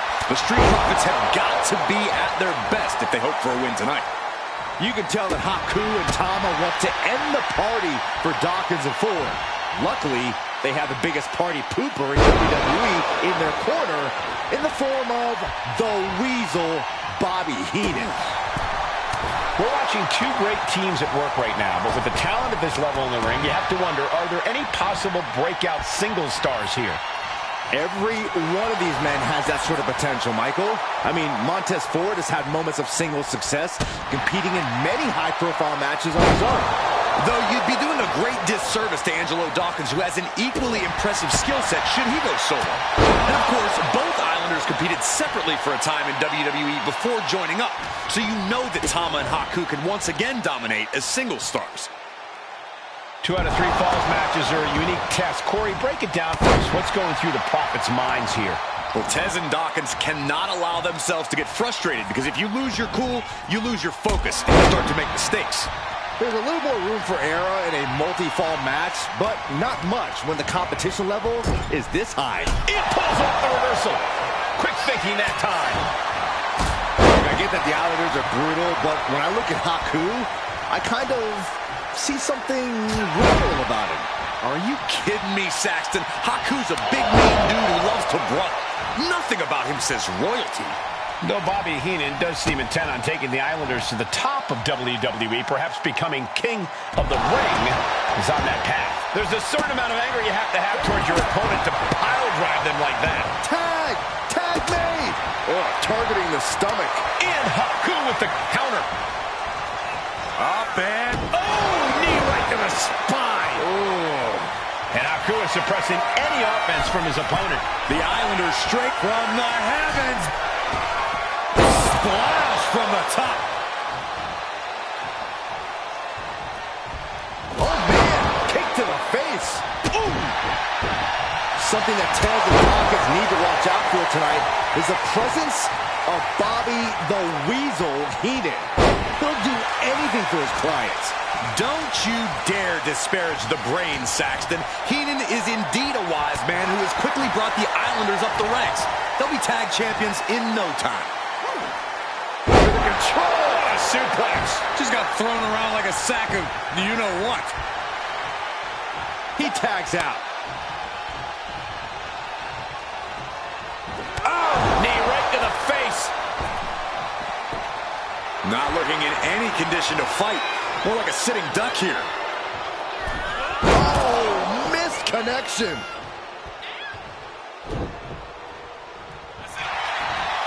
We've waited for it the whole time. Kicks out at just one. Channeling his energy to stay in this matchup.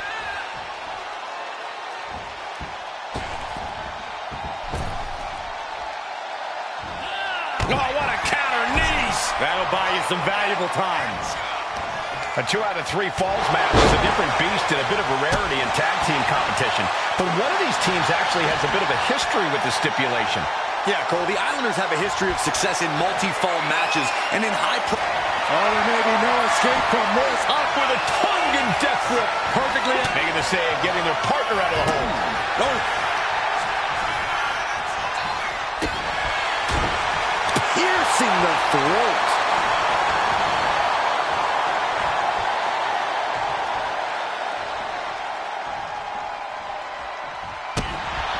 Catches the leg. effects of this attack. Ford's offensive wherewithal was on point. Beautiful toe. That should do it right there. A kick out at only one. I don't know what more this superstar. Maybe not. Maybe not. He's already done so much damage. What else could he want to do? Double axe handle. I'm glad the Islanders are able to compete tonight. I was worried they'd have to serve another suspension. Oh, what a phony charge that was. Heenan and the Islanders did an amazing job as dog sitters, and they got punished for it. Then again, the corrupt president who handed out that suspension also vacated the WWE Championship for no good reason. Yeah, Corey, there's just too many things to correct you on there.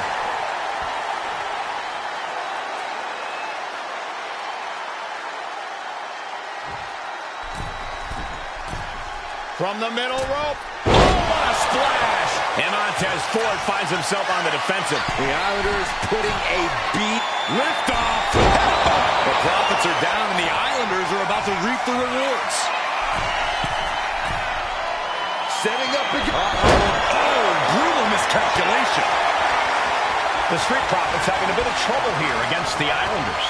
There's just something about the Anawahi family that Tez and Dawkins can't quite overcome. Roman Reigns, Jacob Fox. This is it. He gets the kick out after the one. Somehow still has the energy for a quick kick out. He puts him into the corner. Tag made. Here comes the double team.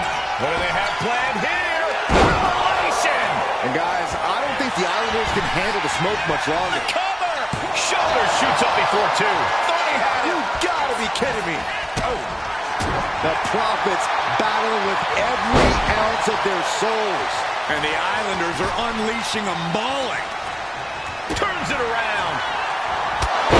This is a big night for the Street Profits. Their party cups are filled to the brim tonight. I took a sniff of it, and it nearly knocked me out. I've seen tap water knock you loopy, Saxton, but I know for... Oh, wait for no time! There's a shoulder up almost immediately. How? Ooh, clothesline delivered. And Dawkins can't be thinking about parties after that maneuver. Yeah, Tama delivering the pain. Oh, that got turned around on Dawkins. Big back body drop. What elevation. Sent to the corner. Bang! Crucial counter there. Clothesline. Well, that'll leave a mark.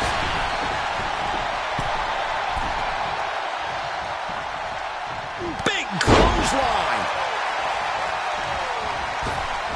And he makes the tag. Watch out, coming in hot. What a clothesline. Ouch. Tama putting it all on the line. From the top. Misses big time.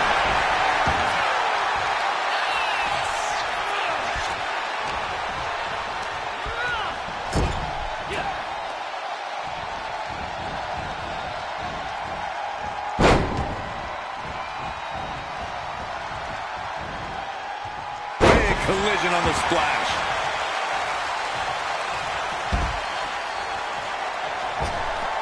Big elbow drop. Oh my God.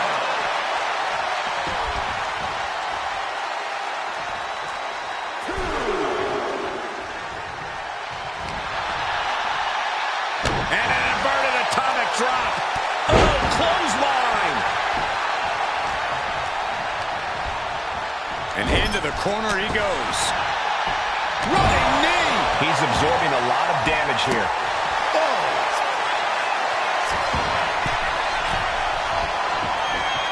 From the top. Diving headbutt. Measuring him now. Lining it up. Up high. Uh-oh. Look at the power. What energy in the arena tonight. Thomas saw what was coming. Caught the clothesline attempt. Into an STO.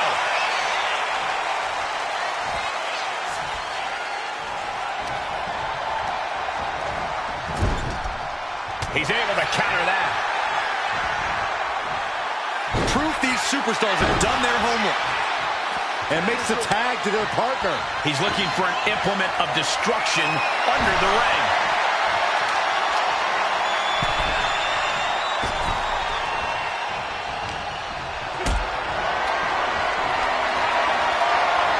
The official clearing the area as this match continues on.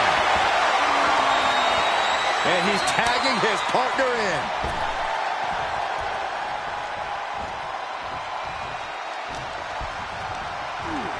Being placed in the corner here. Oh, that got turned around on Dawkins. Saw it coming. It counters it. And just in time, he gets out of there. Right to the chest and then the throat. Wicked. Ascending to the top rope. From the top. Diving headbutt. We thought it was going to be the Street Profits going to the air this often. The Islanders beating Angelo and Montez at their own game now.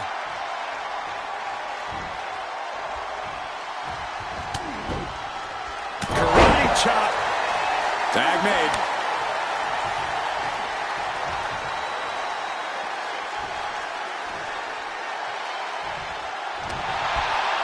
Return fire from Dawkins. Not a good spot to be in. Oh my, sent flying.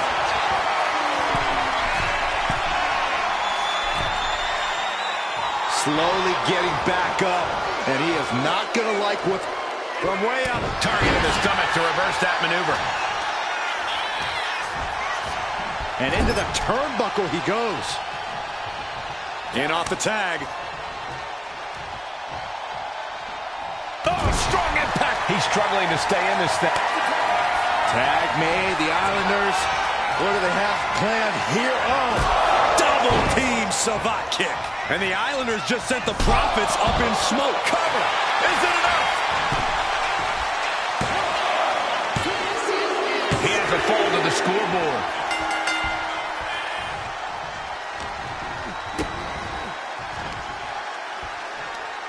Hoisting their opponent up into a sit-out pile driver. Taking advantage of the opportunity. There's two. Second fall for the Islanders. And they beat the Profits. Here are your winners. Tama and Haku, the Islanders. What a matchup. The Islanders met the Street Profits at every turn in the air and the ground. This loss is going to hurt Dawkins and Ford for a long time. Look, we saw tremendous tag teams do what they do best, but only one could win. And the Islanders stepped up and got the job done. Tama and Haku just proved they are the best tag team of any era.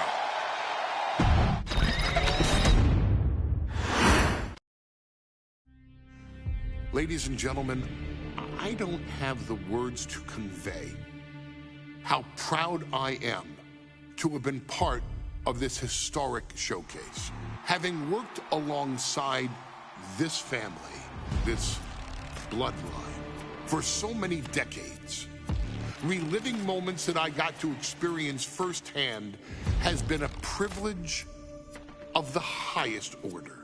Introducing you to WWE legends that I hold in such high esteem, and also spotlighting the modern day greatness their descendants have provided you in recent years, all to pay tribute to the greatest wrestling family I have ever known, has truly been my privilege.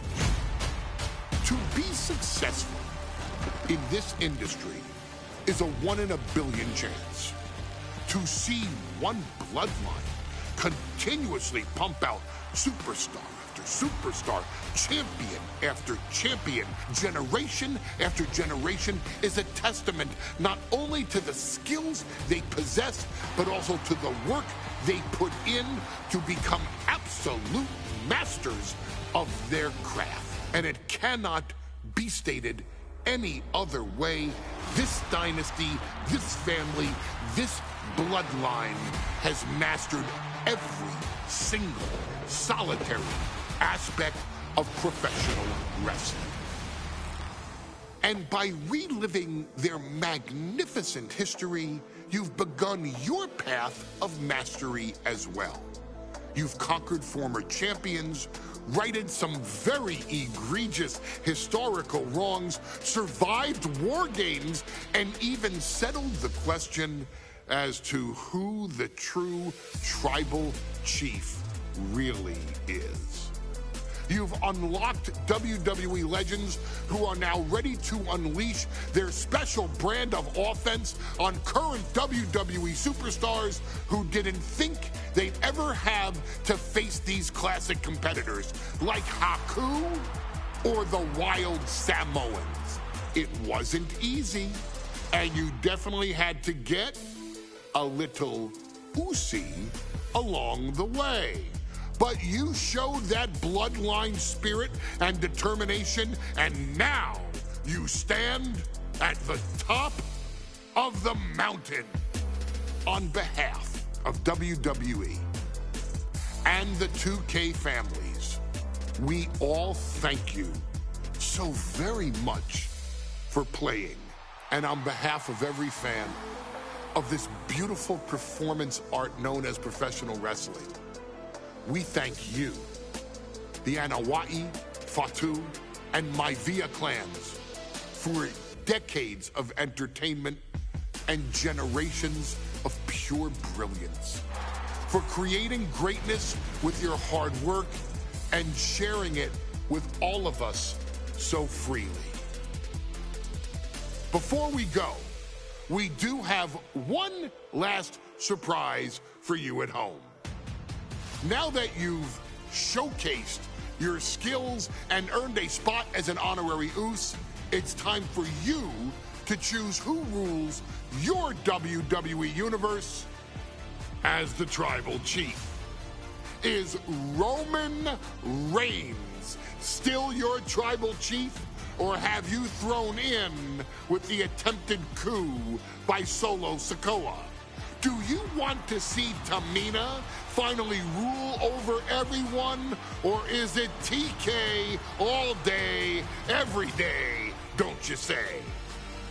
Regardless of who you choose, you've earned the right to acknowledge your tribal chief.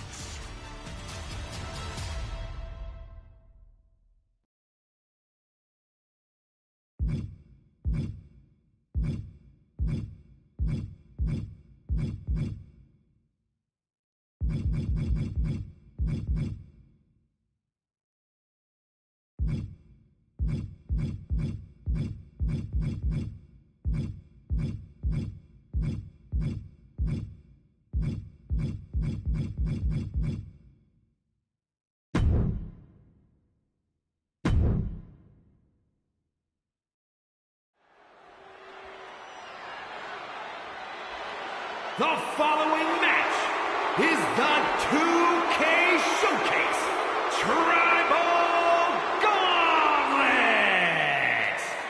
The winner of this match will be acknowledged as your Tribal Chief. The rules of the match are as follows. 2 superstars will start in the ring. When one superstar is eliminated, a new superstar enters. Eliminations can occur by pinfall, submission, disqualification, or countouts. The match will be won if the first entrant eliminates all other entrants in the match.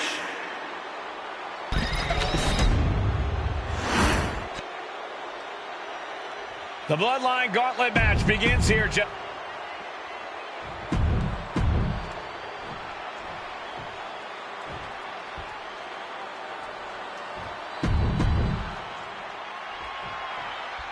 It feels like it all has led up to this. A chance to place yourself at the head of the table. The proving ground is right here, right now. It will be a gauntlet containing a member from every branch of the Bloodline family tree. The odds are almost insurmountable. The road is treacherous, but surviving it will bring you immortality. And we know there was turmoil in the family coming into this match, so much so they decided a gauntlet match was the only way to set the narrative straight.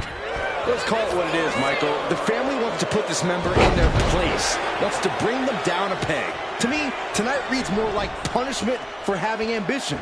And Tama pays for leaving an opening. Here comes a neck breaker, but their opponent has other plans. No other plans instead.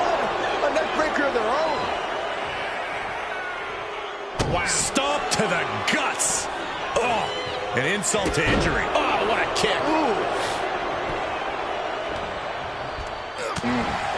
And we know the lineup we are seeing tonight is exceptionally talented. Each one is capable of taking anybody to their breaking point. Yeah, but I think our prime challenger has a chip on their shoulder. As dangerous as this lineup looks, I do believe the most dangerous individual is the one who's taking them all on.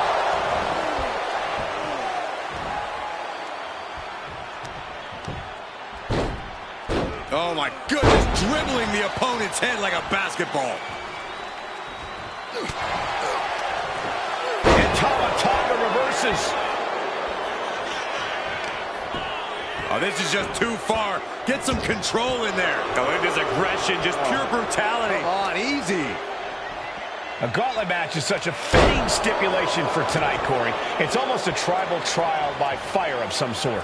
Absolutely is, Michael. You don't get put into this match with any expectations of coming out the victor. The family has decided these rules because only those that can overcome such odds can be strong enough to lead the bloodline.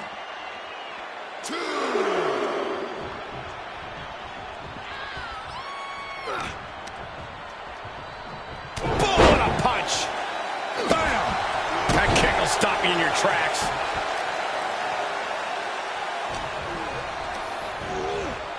Placed against the turnbuckles. Clothesline in the corner. His body is dealing with a lot of stress here. And a stomp to the gut.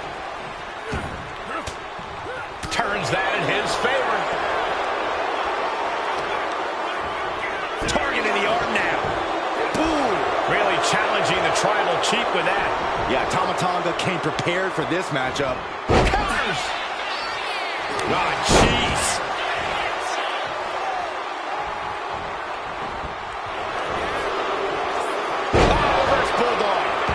Position at the head of the table being challenged there. Yeah, and Tama had him in measure. Jumping DDT. My. Oof. From the heavens. Oof, nobody home.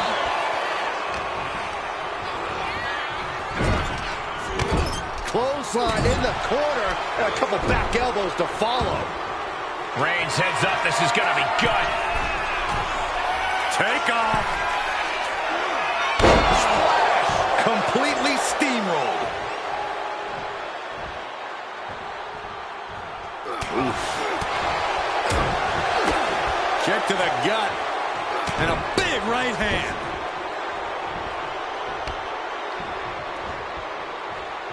Ooh, what a damaging blow. This could do it. Breaks the count. How in the world did he kick out? Reigns has it locked and loaded, ready to fire. Brock cut off the wind, putting his opponent to sleep with the guillotine. He's in a bad position now. He has nowhere to go. He taps. We have an elimination. Tama Tonga is out of here. Here we go. This is how you do a gauntlet match. One down, more to go. It's The Rock who is up next in this gauntlet match.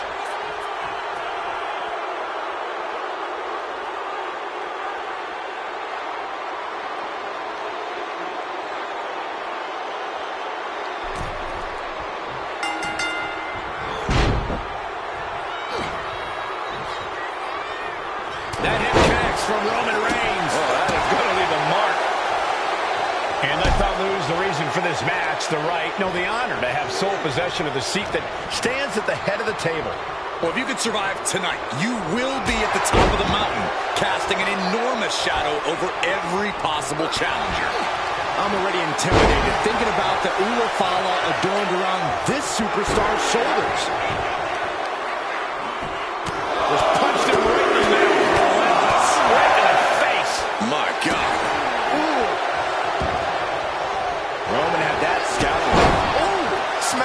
jaw. And all that's left is one thing, one finishing touch. The Reigns unleashes the makes the cover. No, he punches the shoulder before 3. He got close there. It could be do or die time. Oh, man.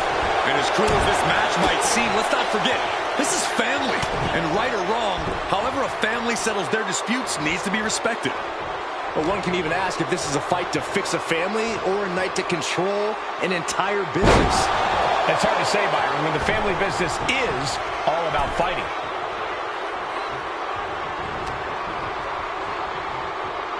Had an answer for Reigns. You saw that being telegraphed. Boom!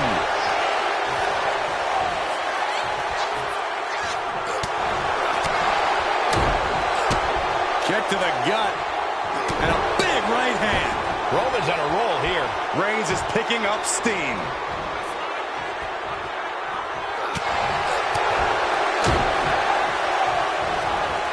Going behind for the roll-up, looking for the win. No, no, no, no. All the way up into a suplex.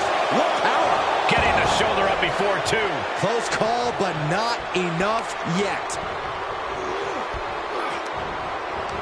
Backs him off with a headbutt out of nowhere. Back suplex, no! Driven down. Slowly rising, looking like a very easy target here. Superman! Can he do it here?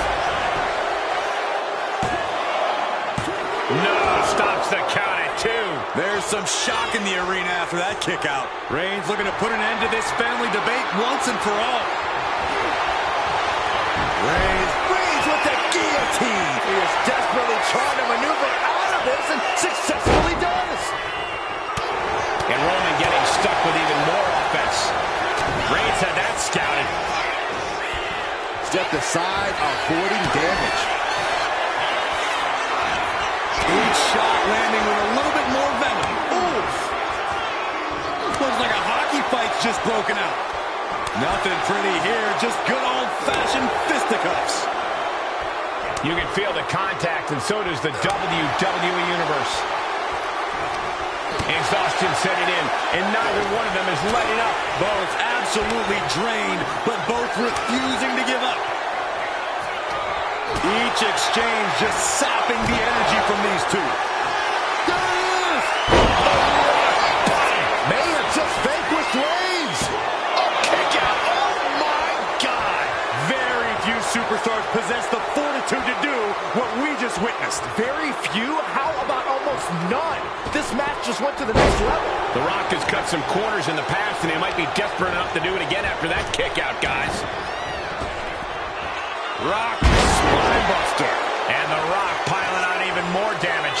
Reigns needs to collect. Get ready, Corey. Get ready for the most electrifying move in all sports entertainment.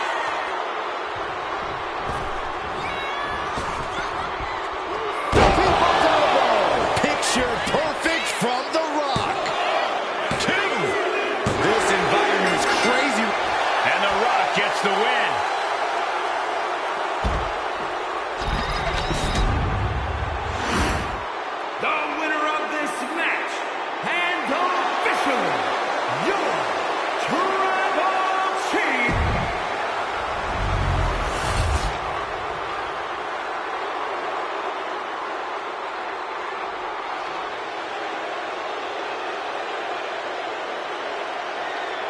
History being made right here. The most prestigious family in the history of our business is at war with one of their own members, and tonight will be a battle to set order to the entire bloodline. An uphill battle is what it will be. You have the toughest set of competitors trying to dash your dreams of being recognized as the head of the table. And let's not lose the reason for this match, the honor to have sole possession of the seat that stands at the head of the table. Well, if you can survive tonight, you will be at the top of the mountain, casting an enormous shadow over every possible challenger. I'm already intimidated thinking about the Ulafala adorned around this superstar's shoulders. Oh, good gravy. thrown into the corner with a little something extra. Oh, this, what a headbutt. Reigns is wasting no motion. Overwhelming attacks for Roman now. Clothesline in the corner. Boom.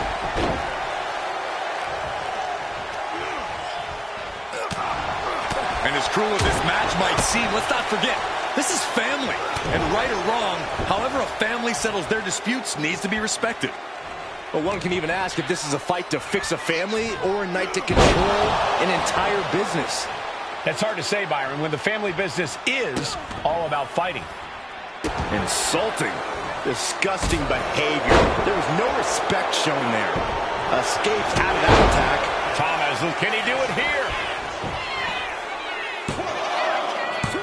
Barely kicks out. He really thought that was it. The cover. Oh, my, how in the world did he kick out of that? A truly impressive kick out this late. Here's the pump handle.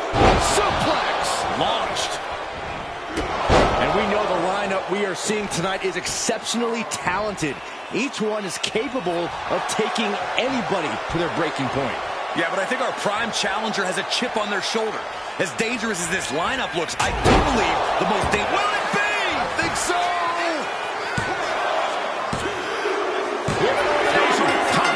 Eliminated. Out of here. Plenty of superstars waiting to take their turn. Lots of match left to go. Is that? It is! The Rock entering the gauntlet.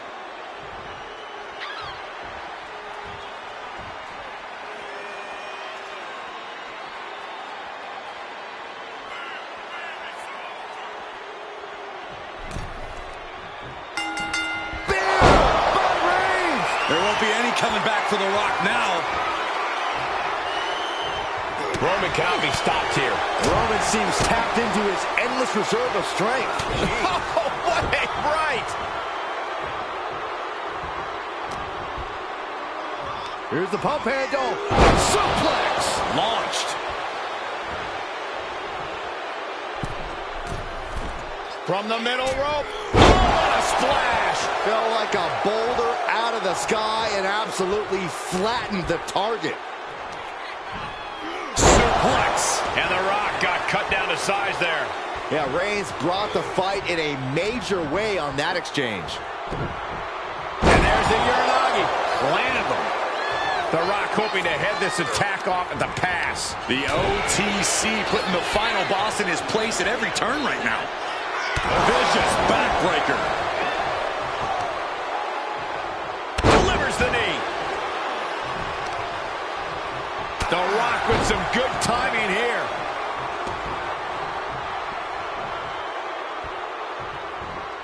And Rock gets reversed. Ooh, nothing fancy with that boot.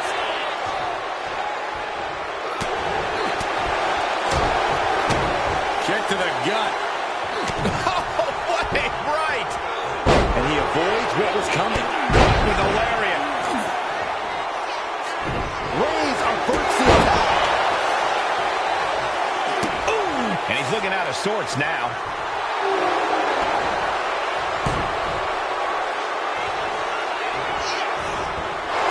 Oh, what a shot.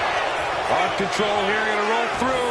The Maestro applying. Kicks out on the pinfall attempt. Doesn't bode well if you still can't get more than a 1 count by now. And that was some brutal impact on that DDT.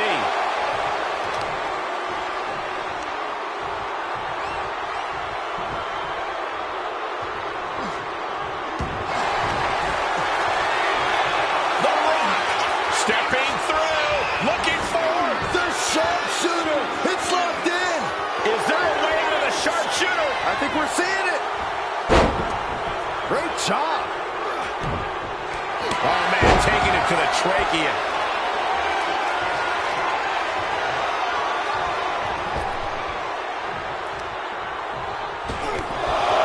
Oh, they're just punishing their opponent now.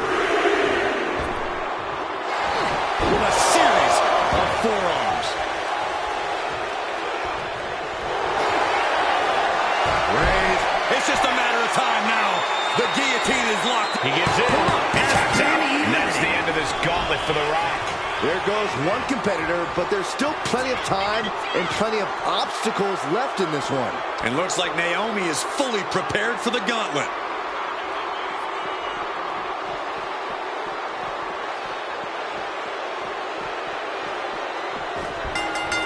Oh, catches a kick to the face.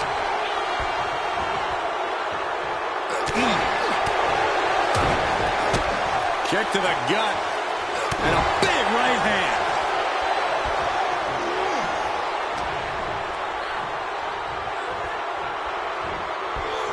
Oh, right to the back of the neck. What a blow. Good night.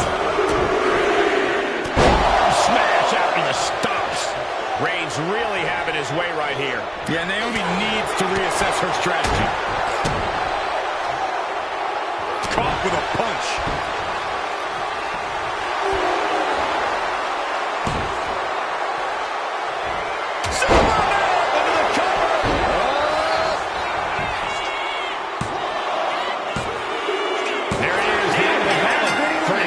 I'm so caught up, I forgot where the hell we are in the entry list. Trust me, many more battles await.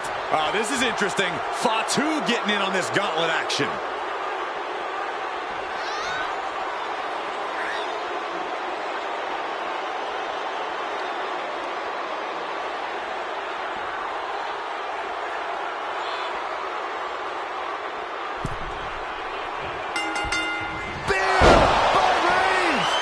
Coming back from Reigns after that. And Corey, there's more than family pride on the line tonight. Everyone in WWE is watching, wanting to know this challenge can be conquered. And think about the bragging rights. If you run through the gauntlet of one of the most prestigious families in all of wrestling, you will automatically be considered the toughest badass walking this earth. Oh, a nasty stop to finish it off. Fatu is on the wrong end of things there. Reigns making sure he acknowledges him after that. Connects with a counter.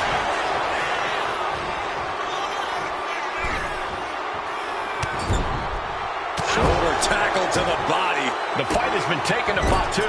And bit by bit, Reigns chipping away at the competition.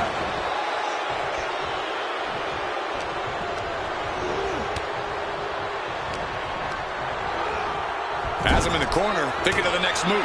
Crucial turnaround there because Fatu was falling behind. If Fatu was looking for an opportunity to pull a 180, that could be it. From the middle rope. Oh, what a splash. That has to knock all the wind out of you. Gosh. No one fights back. Oh, my goodness. Just punishing their opponent. Uh-oh.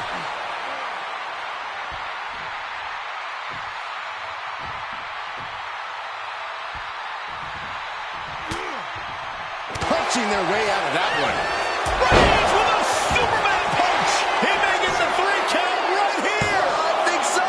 And still in this. That is just pure instinct at this point. Oh.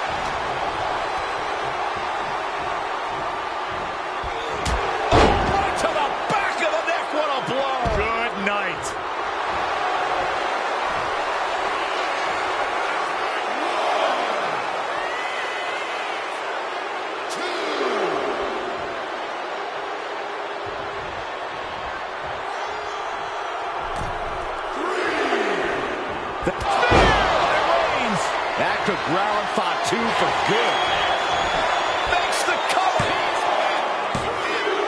That's it. It's over. Fatu's taken out of this gauntlet match. Down they go, but there is no time to even process this elimination with 5 other competitors left in this gauntlet. And now it's Maivia entering the gauntlet.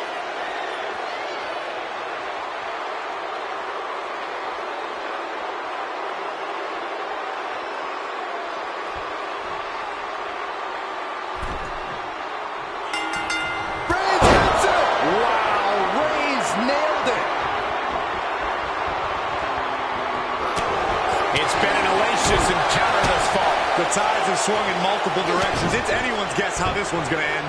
Roman being the aggressor. Yeah, Maivia is having trouble fighting back. Clothesline! Off with their head. From the middle rope. Oh, what a splash. And Maivia getting exposed to that maneuver. And Reigns doing some proverbial smashing there. Maivia one step ahead. Momentum going back to Peter Maivia's corner. Peter Maivia trying to bring the fight back in this one. Oh, that might have just broken something. Measured up nicely. Fist drop. And Reigns got clobbered by that move. Maivia gets stonewalled.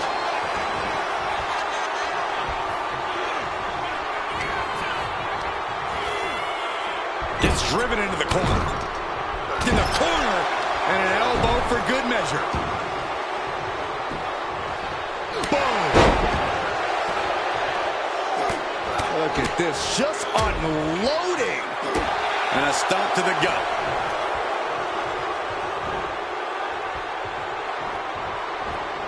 Superman punch from... He thinks he has it. Peter Maivia has been defeated, eliminated from this gauntlet match. This one is far from over with 4 more combatants still to come. Next into the gauntlet, we've got the one and only Rocky Maivia.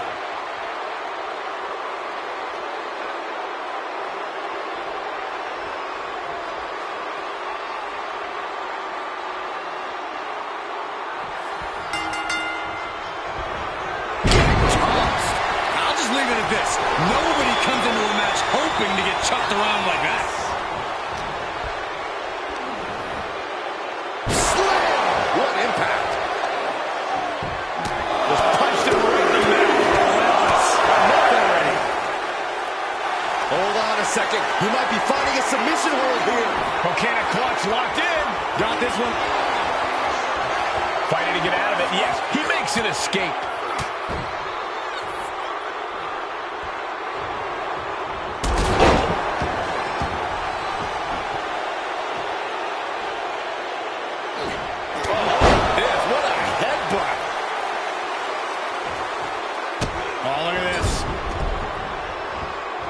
Right to the throat. Whoa. Oh, he timed that counter well.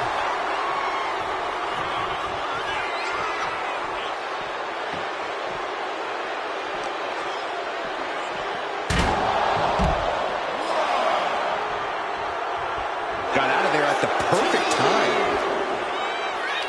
Yokes up their opponent. Driven down with a sidewalk slam.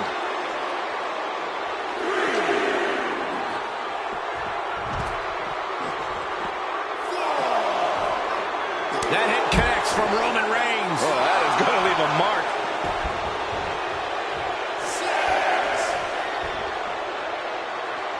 The ref continues to count. Real risk of things ending right.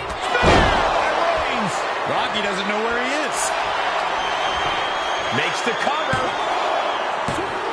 He manages to kick out. What strength. I thought once he executed that, it was good night. You have to wonder, how much more can he take? It's not often we see the tribal chief held up to the 1-yard line. You have to think Roman will want to dial up that maneuver one more time. Turn it into a suplex. Cover. There's 2. No, he gets the shoulder up. He just won't give up.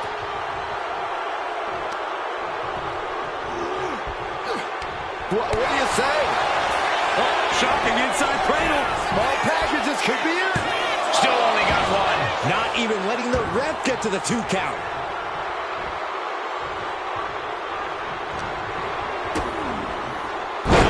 Down by the DDT.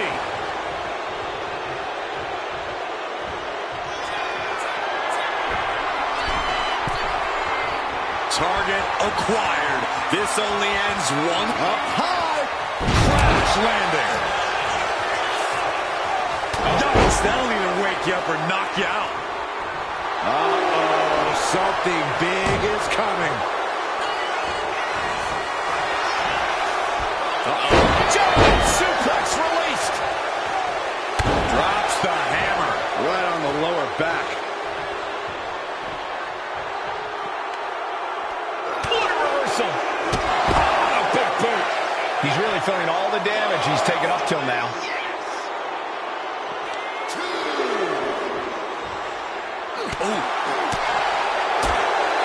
Caught the leg. Both superstars countering one move after another.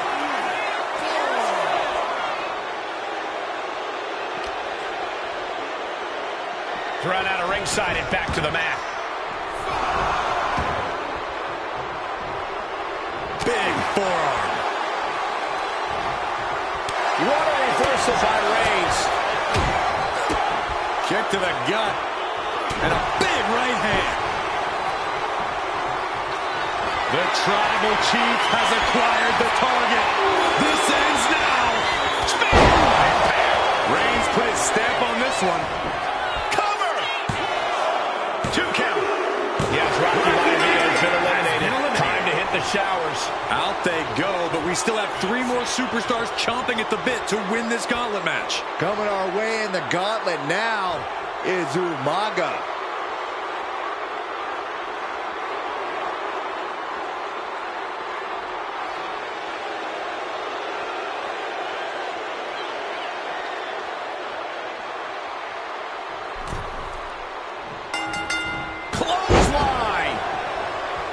And at this point in the gauntlet, are you gentlemen stunned by how long this combatant has been able to survive? Look, you should never underestimate the fire of a Samoan. In any other circumstance, I wouldn't be surprised. But if you look at the caliber of relatives already eliminated, you can't help but be impressed. Up into a suplex. What power. Dropping the elbow. Umaga is in a distressing spot. Reigns is making an opportunity for himself. Clothesline in the corner. And an elbow for good measure. Reigns is getting set up. And here it comes. Superman punch. He's going for the pin. Wards off the pin at 2. Getting dangerously close to... Oh, Roman Reigns locked and loaded, measuring his opponent. Here we go. And Umaga's laid out. Is it enough? The cover. 2. What? Only 2? There is not a more terrifying sight than Umaga kicking out after you hit him with your best shot. Roman has been denied. This is not something we're used to seeing, and by the looks of things, neither is Reigns. These superstars must be feeding off the WWE Universe. This place is starting to rock. From the middle rope. Oh, what a splash! Momentum has pivoted towards Roman. Yes, somehow Umaga has to turn the tide. And the cover! That's it for Umaga. He's been eliminated. Another one down in this gauntlet, and there are still 2 more competitors to come. Next into the gauntlet, we've got the one and only Tonga Loa.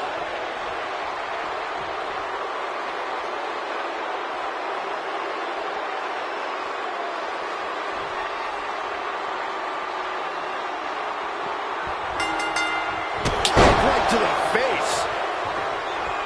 And as we get deeper into this war for the head of the table, the WWE Universe has gained hope. We're starting to believe a miracle is possible tonight. The energy in the arena. Up high. Oh, hold on. Things turn around quickly.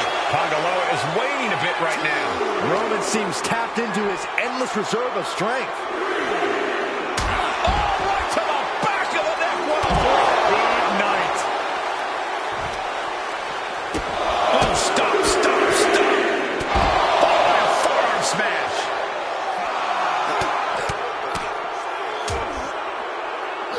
Nasty stop to finish it off.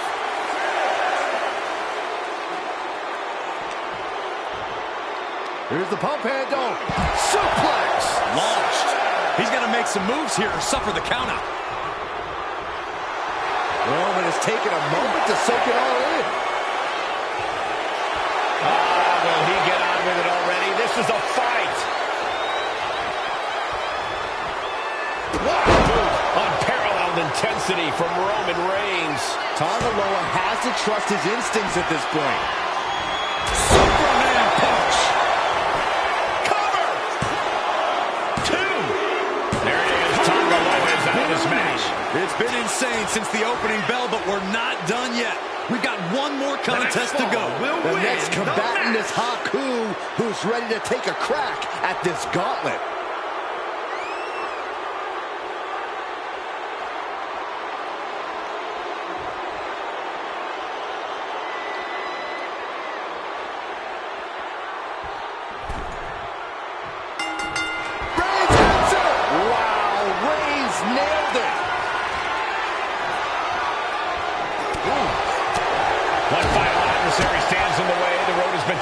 accomplished, but the finish line is in sight.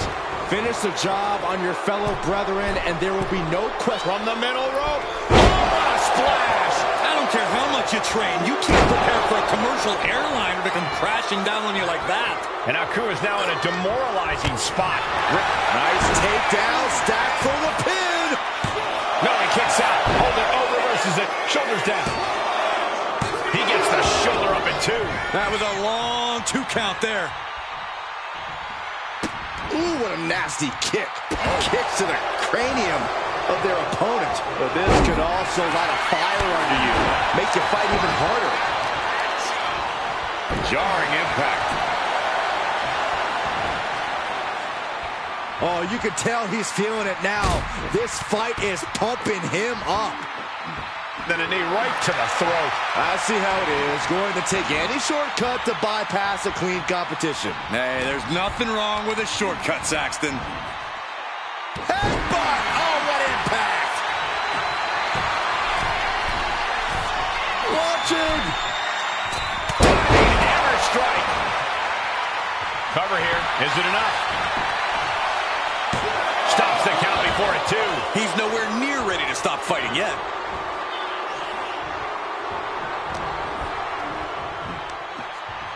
Uh-oh! Well-placed elbow to break up the maneuver. Boom on the jaw.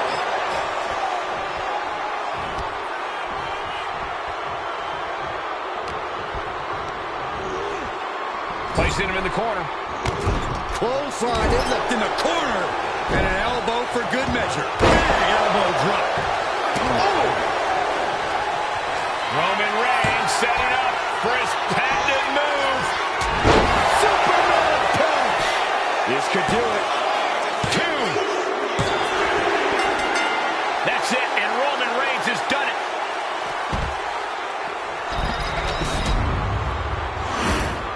The winner of this match, and officially, your Tribal Chief, Roman Reigns!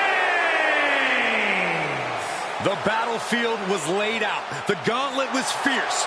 Pain will live tomorrow. Scars will remain for life. But in this family, you will rule your own kin from a seat at the head of the table.